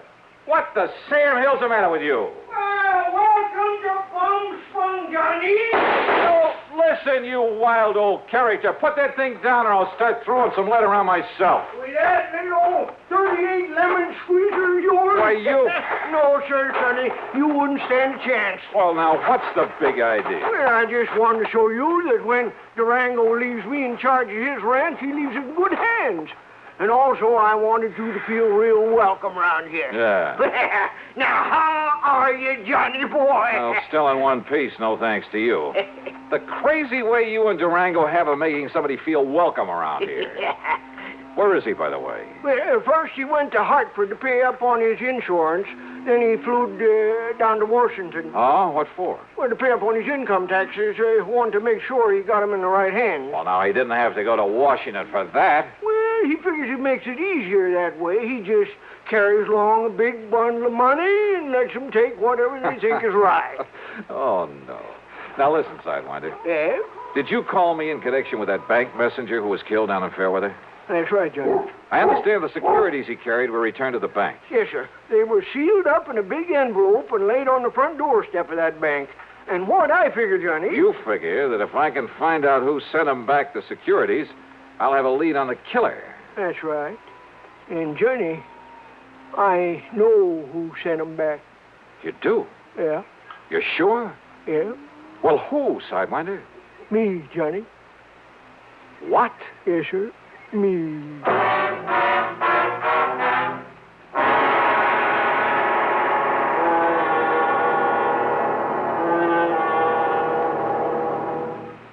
Act two of yours truly, Johnny Dollar, in a moment. Are you going to write that letter today or put it off until tomorrow, or maybe the day after? How about that spring suit you plan to have altered? Will you take it to the tailor tomorrow morning bright and early, or will the week somehow glide by while the suit just hangs on in your closet? If you're a confessed procrastinator, you're not unique.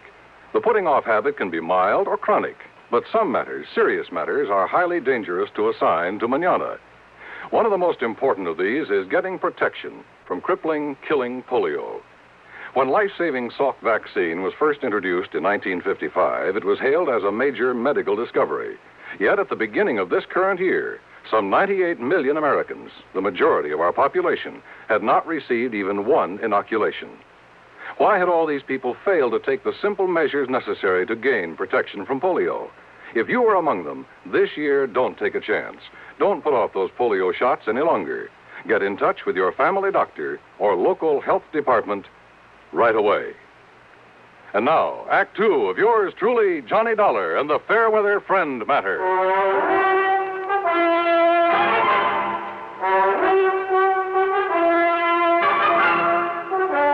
on in the house, Johnny, and I'll tell you about it. Now, just let me get this straight, Sidewinder. Huh? The bank messenger down there in Fairweather was held up and murdered. Yeah? The securities he carried were stolen by the killer.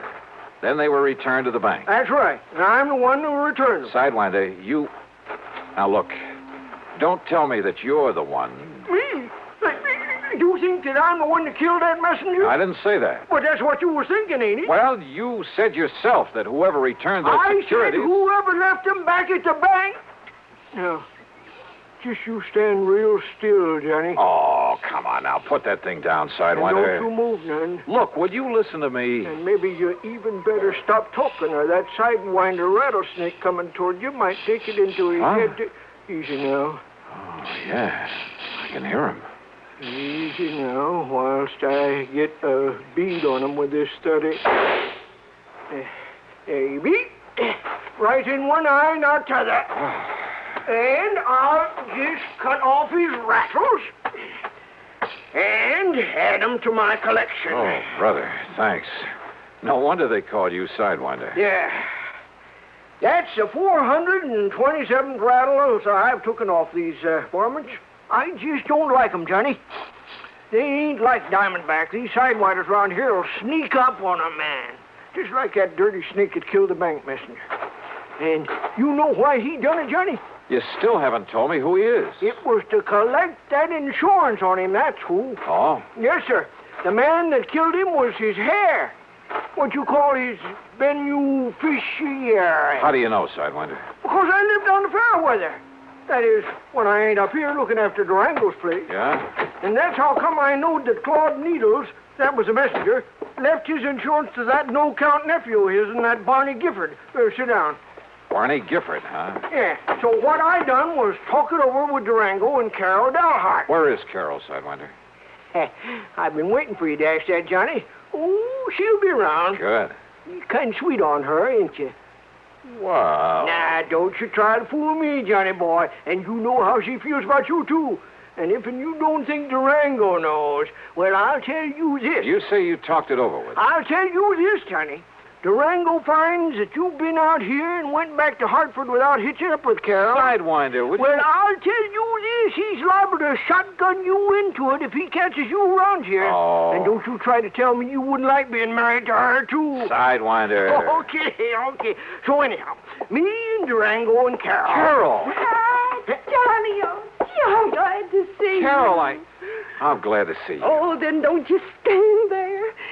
Give me a kiss. Oh, you think I need an engraved invitation? Come here. Oh, hi.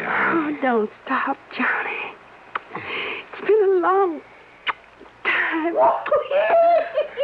If Durango could see this. Oh, drop that, Sidewinder. Yes, sir. He'd have that shotgun out so fast. Oh, man.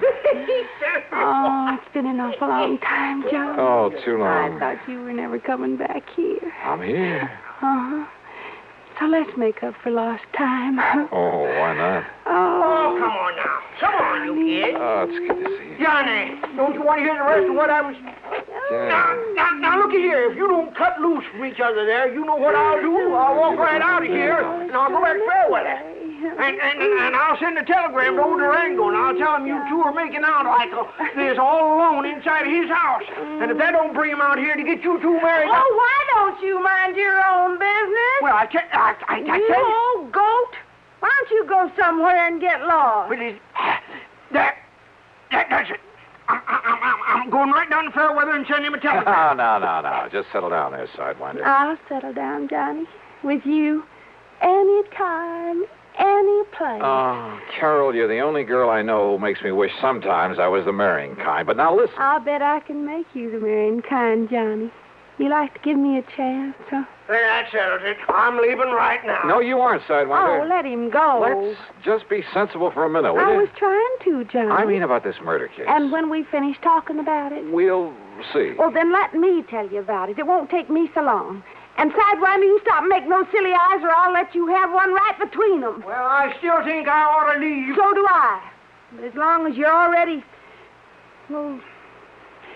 Well, listen, Johnny. I'm listening. When Mr. Needles was killed, Sidewinder wanted them to make him a cop down there in Fairweather. Or even just a deputy, so as I could go out and hunt for that killer. Claude Needles was a friend of mine. But the police said no, they didn't need him, didn't want him. So that made me sure. So we talked it over about who could ever do a thing like that. And that's when I remembered Barney Gifford would get the money from Claude's insurance. So I told Sidewinder I'd have a date with Barney, and that would give him a chance to go through Barney's house and look for the security. And I found him, Johnny, under a loose board in the floor. Yes.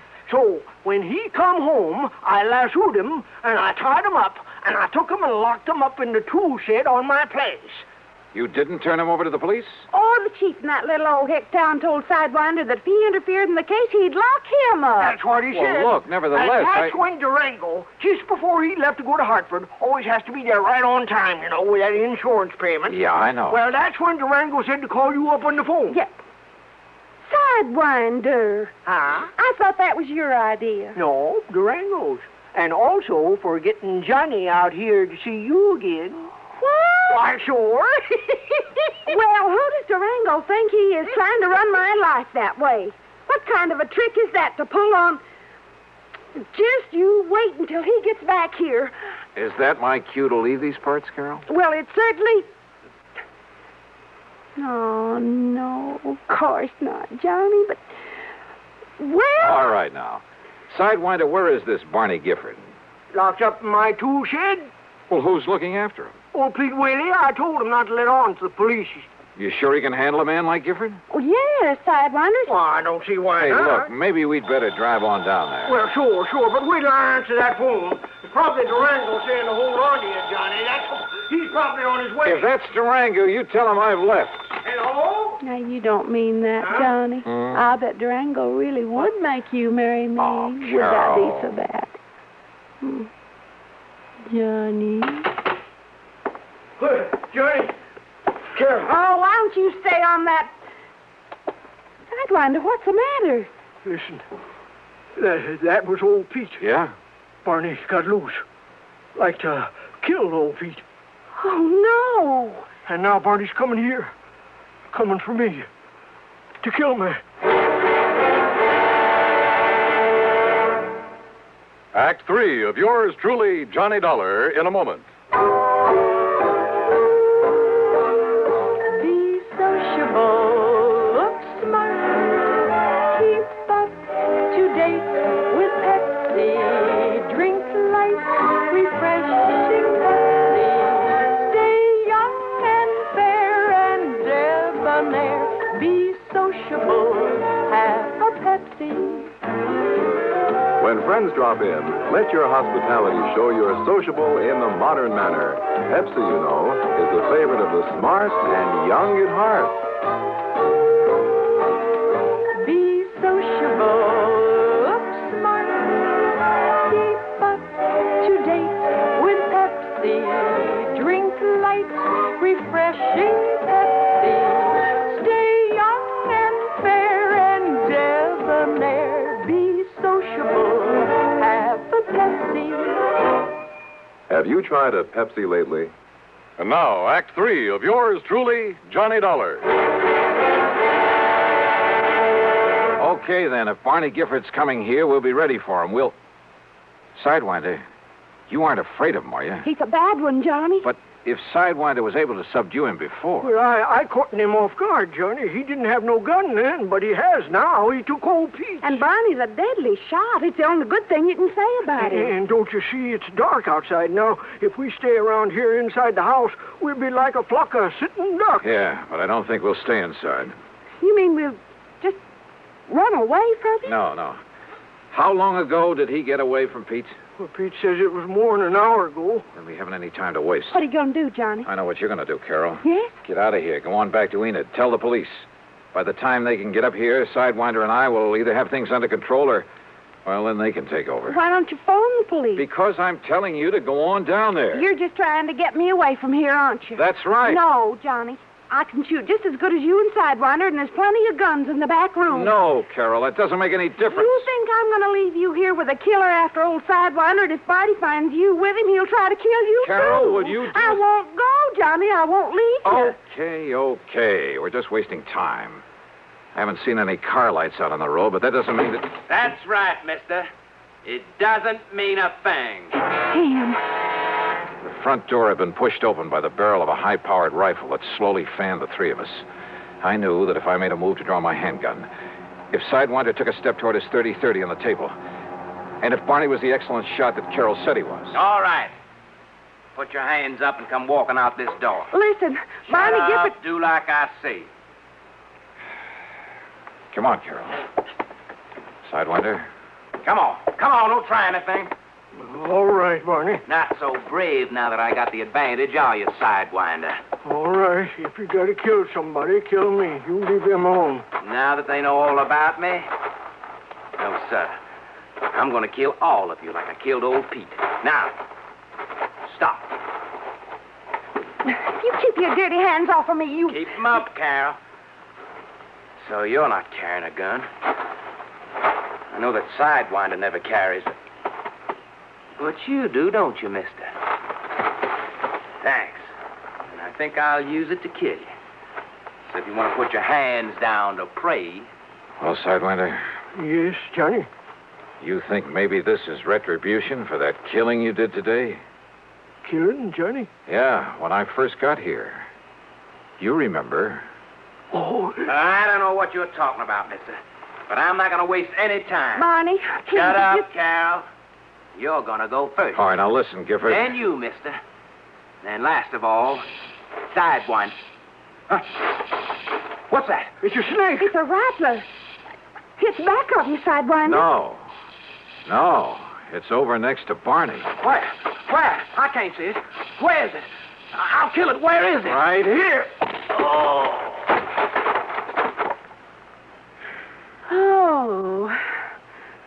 but that snake... Oh, thanks, Sidewinder. I'm sure glad I saved these rattles, Johnny. What? Yeah, so am I. But I never would have remembered them if you hadn't reminded me about killing that snake.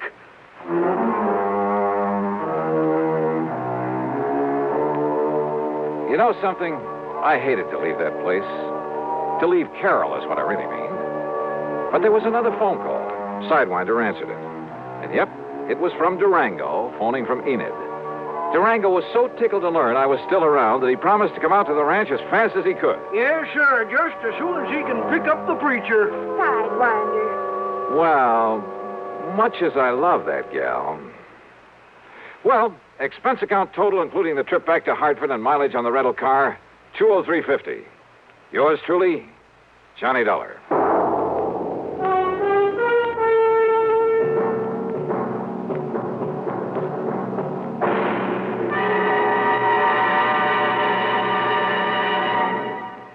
Our star will return in just a moment. Be careful, you're going to land in a bathtub. Who's driving this flying saucer, you or me? Well, what do you see? Oh, germs. Millions and millions of germs. Sure, here on Earth, disease, germs, and viruses live in bathrooms. Wait, here comes a lady. She's putting a dash of Lysol in with those suds, and she's mopping the floor. Wow, look at those germs and viruses drop dead. Boy, are you stupid. I thought all Martians knew that Lysol brand disinfectant kills disease, germs, and many deadly viruses on contact. Disinfects from one cleaning to the next as nothing else can. That's right. I remember my 7 grandmothers saying Lysol makes your favorite cleaner work better, including many that claim to sanitize. I'm sorry you learned to speak English by listening to commercials. And Lysol comes in regular or pine fragrance for as little as 29 cents. How much is that Martian money? Now, here is our star to tell you about next week's story. Next week, well, getting away from Durango Laramie Dalhart isn't as easy as you might think. Join us, won't you? Yours truly, Johnny Dollar. Yours truly, Johnny Dollar, starring Bob Bailey, originates in Hollywood and is written, produced, and directed by Jack Johnstone. Heard in our cast were Virginia Gregg, Junius Matthews, G. Stanley Jones, James McCallion, and Bill James. Be sure to join us next week, same time and station, for another exciting story of yours truly, Johnny Dollar. This is Dan Cumberly speaking. Suspense is next over the CBS Radio Network. WROW, Albany, New York. 10, 10, 10. Yes, 10 hours of price-shattering bargains at Henry S. Mantell Furniture, 343 River Street, Troy. This merchandise must be sold at once, at savings to you of up to 87%. Mantell's was unable to extend their Latham store lease, so the stock from the Latham store has been moved to Mantell's main store in Troy. Save on famous brand merchandise, Haywood Wakefield, Kraler, Simmons, Norge, Motorola, and many more. Buy a $339.95 two-piece living room suite for $199.95. Or a $34.95 famous Make inner spring mattress for $17.88. Or a modern bedroom set, regularly $259.95, now $139.95. This tremendous sale at Henry S. Mantell Furniture begins Monday, 6 p.m. to 11 p.m., and Tuesday, 6 p.m. to 11 p.m. The store will be closed during the day to mark down merchandise and arrange stock. Remember, there's no money down at Henry S. Mantell Furniture, 343 River Street, Troy. That's a Kraken, Johnny, Universal Adjustment Bureau. Well, hiya, Pat. 1, 2, 3 in a row. Now, what's that supposed to mean? Mysterious disappearance. 3 weeks ago, you were out looking for the beneficiary of a big policy by the name of Jonathan Doe. Yeah, so what happened? He turned out to be a man who never existed. I know. And then last week, it was Elmer Loomis. Find him, find his body, find out who murdered him. Only his disappearance was rigged by himself to get away from his wife. Not very cleverly done, however. Well, this one was, Johnny. Everybody at first. Where? Kerr's Ferry, New York. Little town along the Hudson over near Yonkers.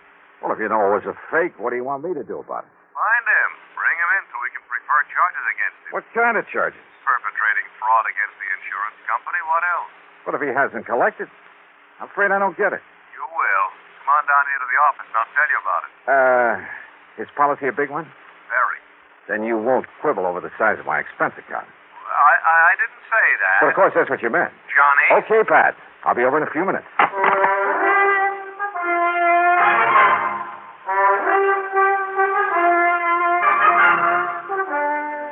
And now, Act One of yours truly, Johnny Dollar.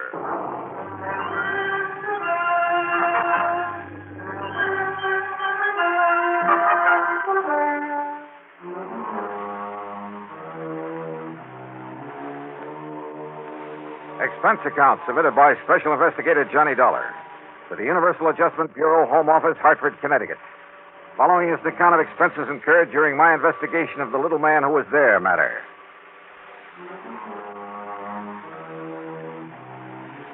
Three mysterious disappearances in a row.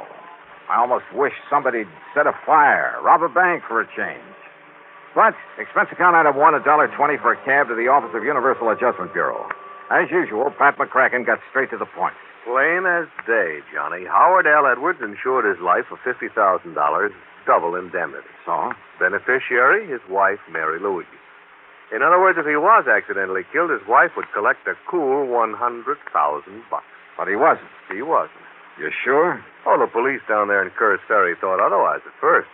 You know, when they discovered the way his car had toppled over into the Hudson River just above Sound. Is that the way he staged it? Uh-huh. But when they found out that Edwards and his wife were stony broke and had been for months, that if it wasn't for the finance company that had starved by now, well, that's what wised them up. But, Pat, if they haven't found him or his body... Him, Johnny, him. According to the police, his wife finally broke down and confessed that they had planned a disappearing act for quite some time. Ah. Oh, sure.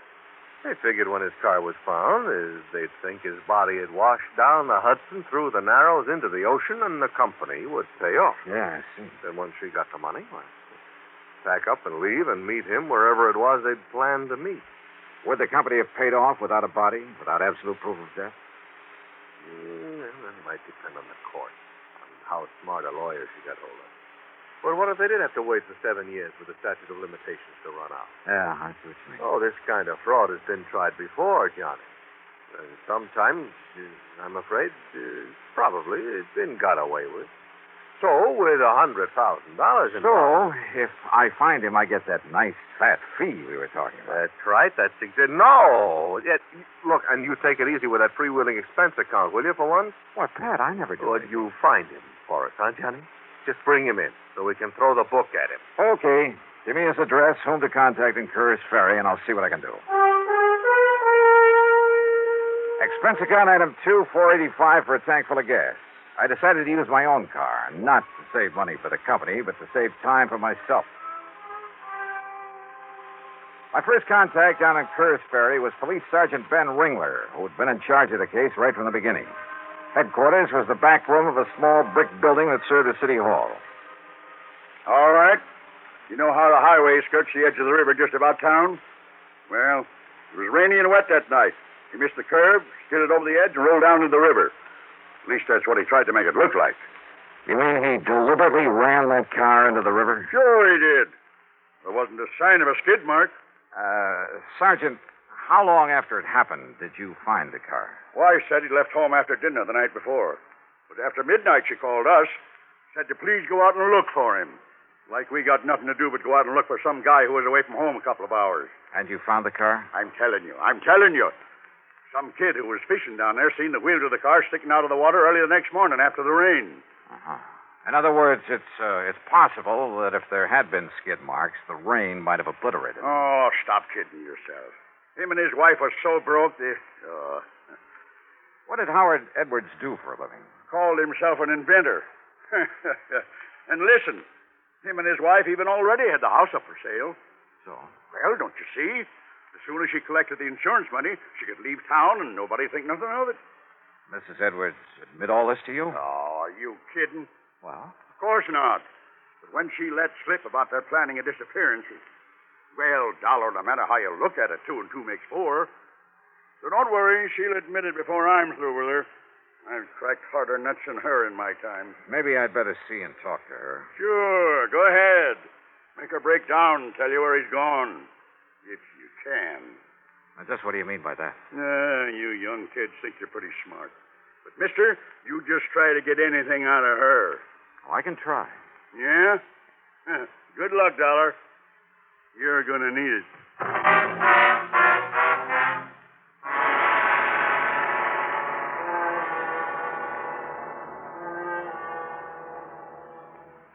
Act two of yours truly, Johnny Dollar, in a moment.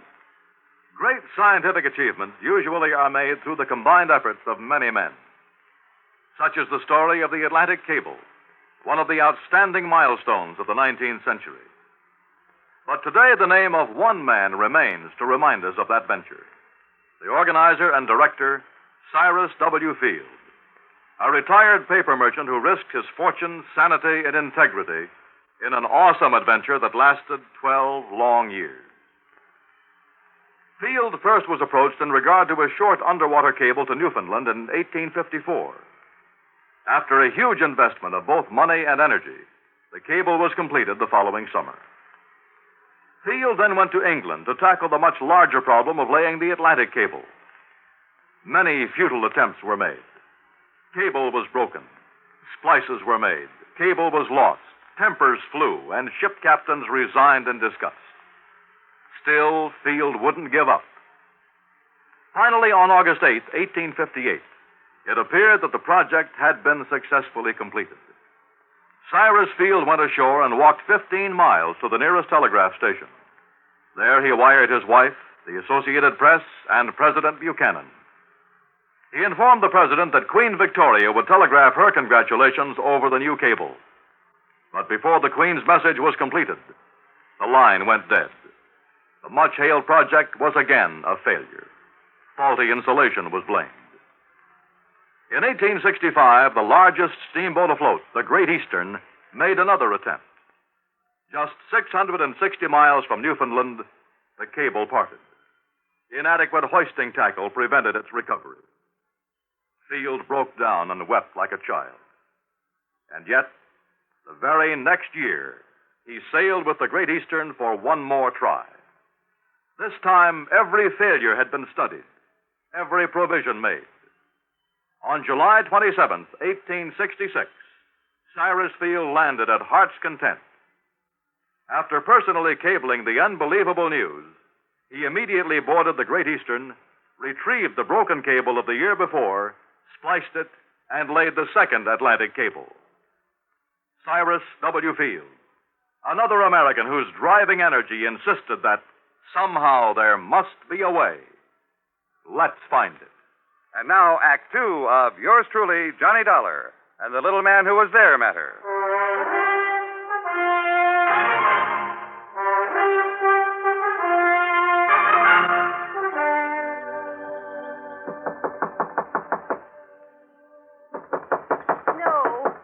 No, I won't open the door. Mrs. Edwards? Please go away. Please leave me I want to alone. talk to you, Mrs. Edwards, about your husband. Why don't you, policeman, leave me I'm alone? not the police, ma'am. Oh, yes, you are. You're trying to fool me again, like the man who came yesterday. Like the one who kept calling me on the telephone all My name is night. Johnny Dollar from the insurance company. The insurance. You sure of that? Yes, ma'am. Now, if you put your foot in the door like that Peter Barskin yesterday... No. Here are my credentials, Mrs. Edwards. Johnny Dollar, insurance and... Oh, please come in, Mr. Dollar. I'm so glad you've come. Maybe you can help to find Howard. I just can't believe he's dead. Well, that seems to agree with the police theory, Mrs. Edwards. The police. They've been terrible. They've been trying to drive me out of my mind, make me see a lot of things that aren't so. Day and night, they've been driving me crazy. Then Ringler and that no-good son-in-law, he had them put on the force, coming here, questioning me, calling on the phone in the middle of the night. Well, it's terrible. And if losing Howard wasn't enough, You've been pretty much broken up over his death or disappearance, whichever it is. Well? No, Mr. Dollar. What? Please, sit down, sir. Thanks. The past few years, Howard has been so occupied with his invention. What kind of invention? A machine. A device of some kind for molding plastics. I'm afraid I don't know much about it. He wouldn't tell me. Kept to himself all the time. Well, he must have It at was least. like an obsession with him. He was so wrapped up in it that I'm afraid I haven't been much more than a housekeeper for him these past few years. What have you been living on, Mrs. Edwards? When the money I had ran out, we had to borrow, but now that's all gone. You have your home up for sale. I noticed the sign out front. It's all that we have left. Unless, of course, you could collect the insurance on your husband. Yes, the insurance. Then I wouldn't have to worry anymore. It would make up for all the years of struggling along on almost nothing and skimping and... Now, wait a minute, Mrs. Edwards. Yes? You sound as though you'd like to have your husband proven dead. At least it would provide a decent living for me after all these... No. Oh, no. That sounds terrible, doesn't it? Yeah, it sure does. I didn't mean that I wish him dead. I only meant that... Well, if he is... When I first got here, you said you hoped I could find him. Yes. Yes, Mr. Dollar. Sure. So that you and he could continue this sad life of poverty and not really getting along together? No, don't you see? We'd have money. Oh? Because of his invention. He'd finally found someone who would buy it for a lot of money and a lot of royalty when it's used. But now even that is gone. Gone? What do you mean gone? All the plans and drawings. He took them with him that night. And just where was he taking them? To the man, the company, whatever it was he was selling it to. At least I think he was. In the middle of the night? Now they're all gone, somewhere in the Hudson River. You told the police about this? Yes, I told Ben Ringler. He found no sign of them in the car? No. And that son-in-law, that Peter Moskin, he said I was lying about those papers. All right, Mrs. Edwards, listen to me. Yes. Considering the relationship of you and your husband, wouldn't it be logical for him to leave you, sell his invention for whatever he could get, and live happily on the money all by himself? And just leave me with nothing? Yeah. No, in spite of... Oh, no, Mr. Dollar, he wouldn't do that. I didn't say leave you with nothing. All he had to do was make it look as though he'd been killed. Make it look? That's right, in a car accident. Oh, no. Well, that's the way you planned it, isn't it? Then you'd both be taken care of, free of each other and with plenty of money. No, Mr. Dollar. Didn't you admit to the police that you two planned his disappearance? Oh, no. I told him, Ben Ringler and that son-in-law... Told him what? That before Howard knew his invention would work, that he could sell it, Howard did talk of going away so he could work on it undisturbed without me under his feet. That's all I said. Ben told your insurance company. Ben made it sound like... Oh, don't you believe me, Mr. Dollar? I'll see you later. Item 3, $1 even for a bite to eat at the local lunch wagon. Then I went back to headquarters where I found not only Sergeant Ben Ringler, but his son-in-law, Patrolman Peter Barskin. I found him very busy playing checkers. Come on, Pete. Crown me. Yeah, Pop. There you are. And now you can give up, like Dollar is on this case of his. I'll set him up again. Didn't get a thing out of Miss Edwards, did you? Maybe I did. Just like I told you would. Huh? You mean you did get something out of $1? Where's the chief of this police department? Been away a couple of weeks. I'm in charge. Well, if he had any sense of duty, he'd be back here. Hey, what do you mean by that? Pete, I mean that you and your father-in-law have considered only 2 possibilities. Have we? The first was accidental death. Now, listen, I told you... Yeah, you told me. You eliminated that. Sure did. The other was deliberate disappearance. And that's what it was. But there's another, Ben. The one I'm going to work on. Yeah, what's that? Sonny? Murder. What? That's right. Murder. Act 3 of yours truly, Johnny Dollar, in a moment. Our Constitution is a flexible document. It has changed with the changing years to meet changed conditions. An example is the way in which we elect our United States senators.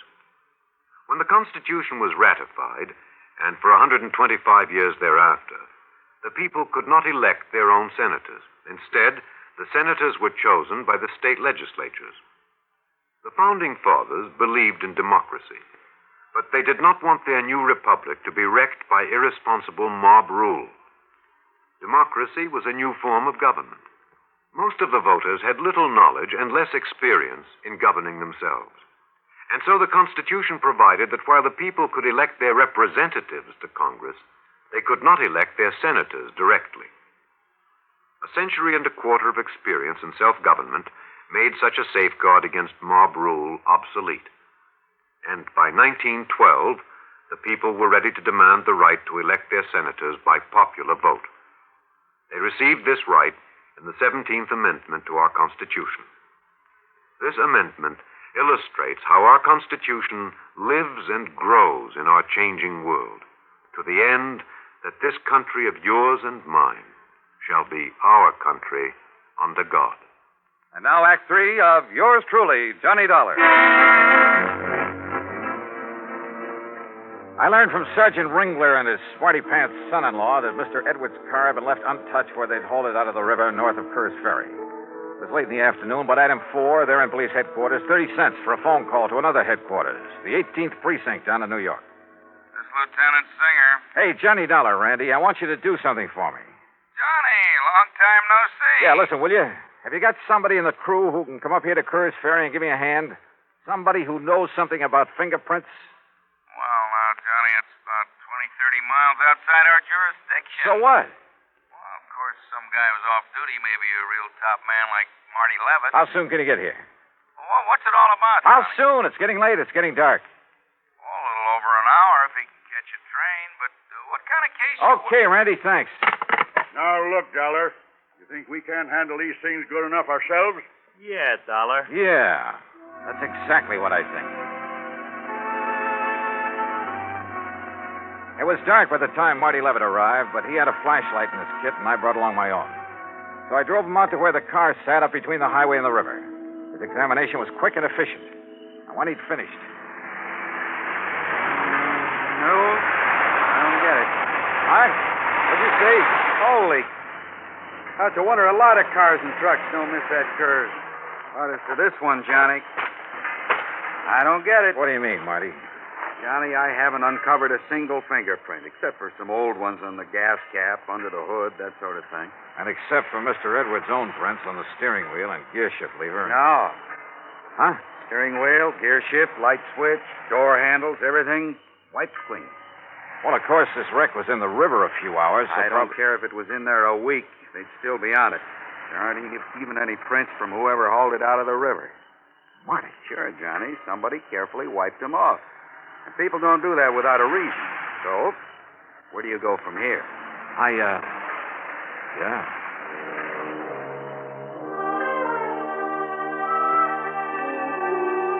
I drove Marty into his train for New York. Then, purely on a hunch, drove over to the Edwards house.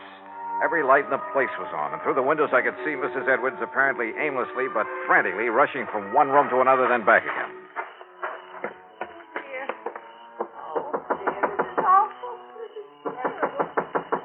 Mrs. Edwards, this is Johnny Dollar. Oh, Mr. Dollar, thank heaven. Oh, Mr. Dollar, look. I was only down to the drugstore a few minutes, not more than 15 minutes, and look what he did to my house. He ransacked it. Who? I don't know. It's so dark out.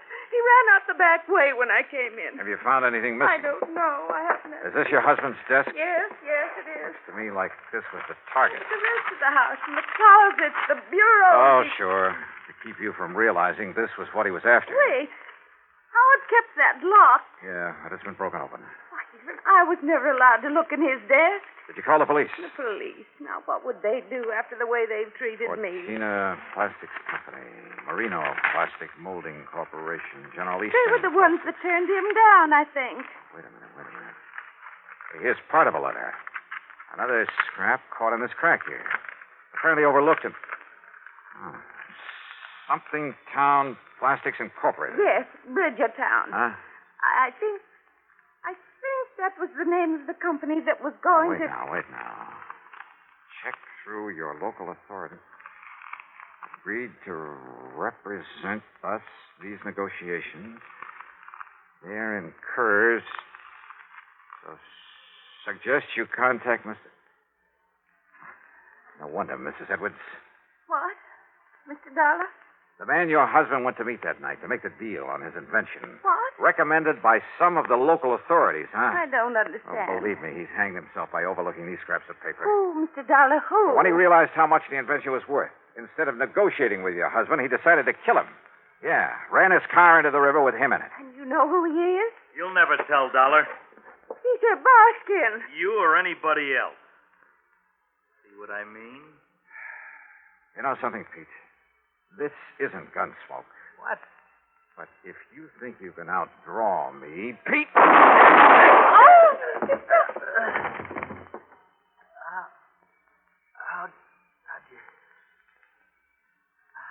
How'd you find out? Matter of fact, Pete, I didn't know it was you until you came in here waving this gun. Johnny Dollar, as acting chief of police for the town of Kerr's Ferry, I arrest you for the... Oh, put that thing down, Ben, or do you want some of the same? No, Dollar. Toss it over. On the floor. Okay. And I not only suspect that Kerr's Ferry is going to have a new police force, but who knows? You and Pete might even share the same electric chair. Sure, it's up to the courts. But when the state police came in and found the papers on the invention hidden away in Pete's house... Oh, that invention, by the way, now belongs to Mrs. Edwards, to say nothing of the insurance money, $50,000. So, Pat, I'll let you off the hook real easy. Expense account total, including some more gas for my car to get me back to Hartford, $12.34. Yours truly, Johnny Dollar.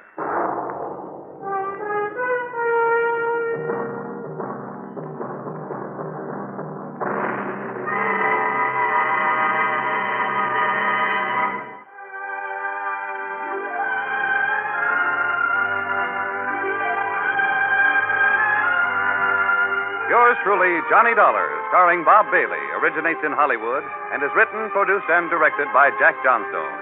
Heard in our cast were Virginia Gregg, Larry Dobkin, Ralph Moody, Gil Stratton, Herb Vigran, and Vic Perrin. This is Jim Matthews speaking.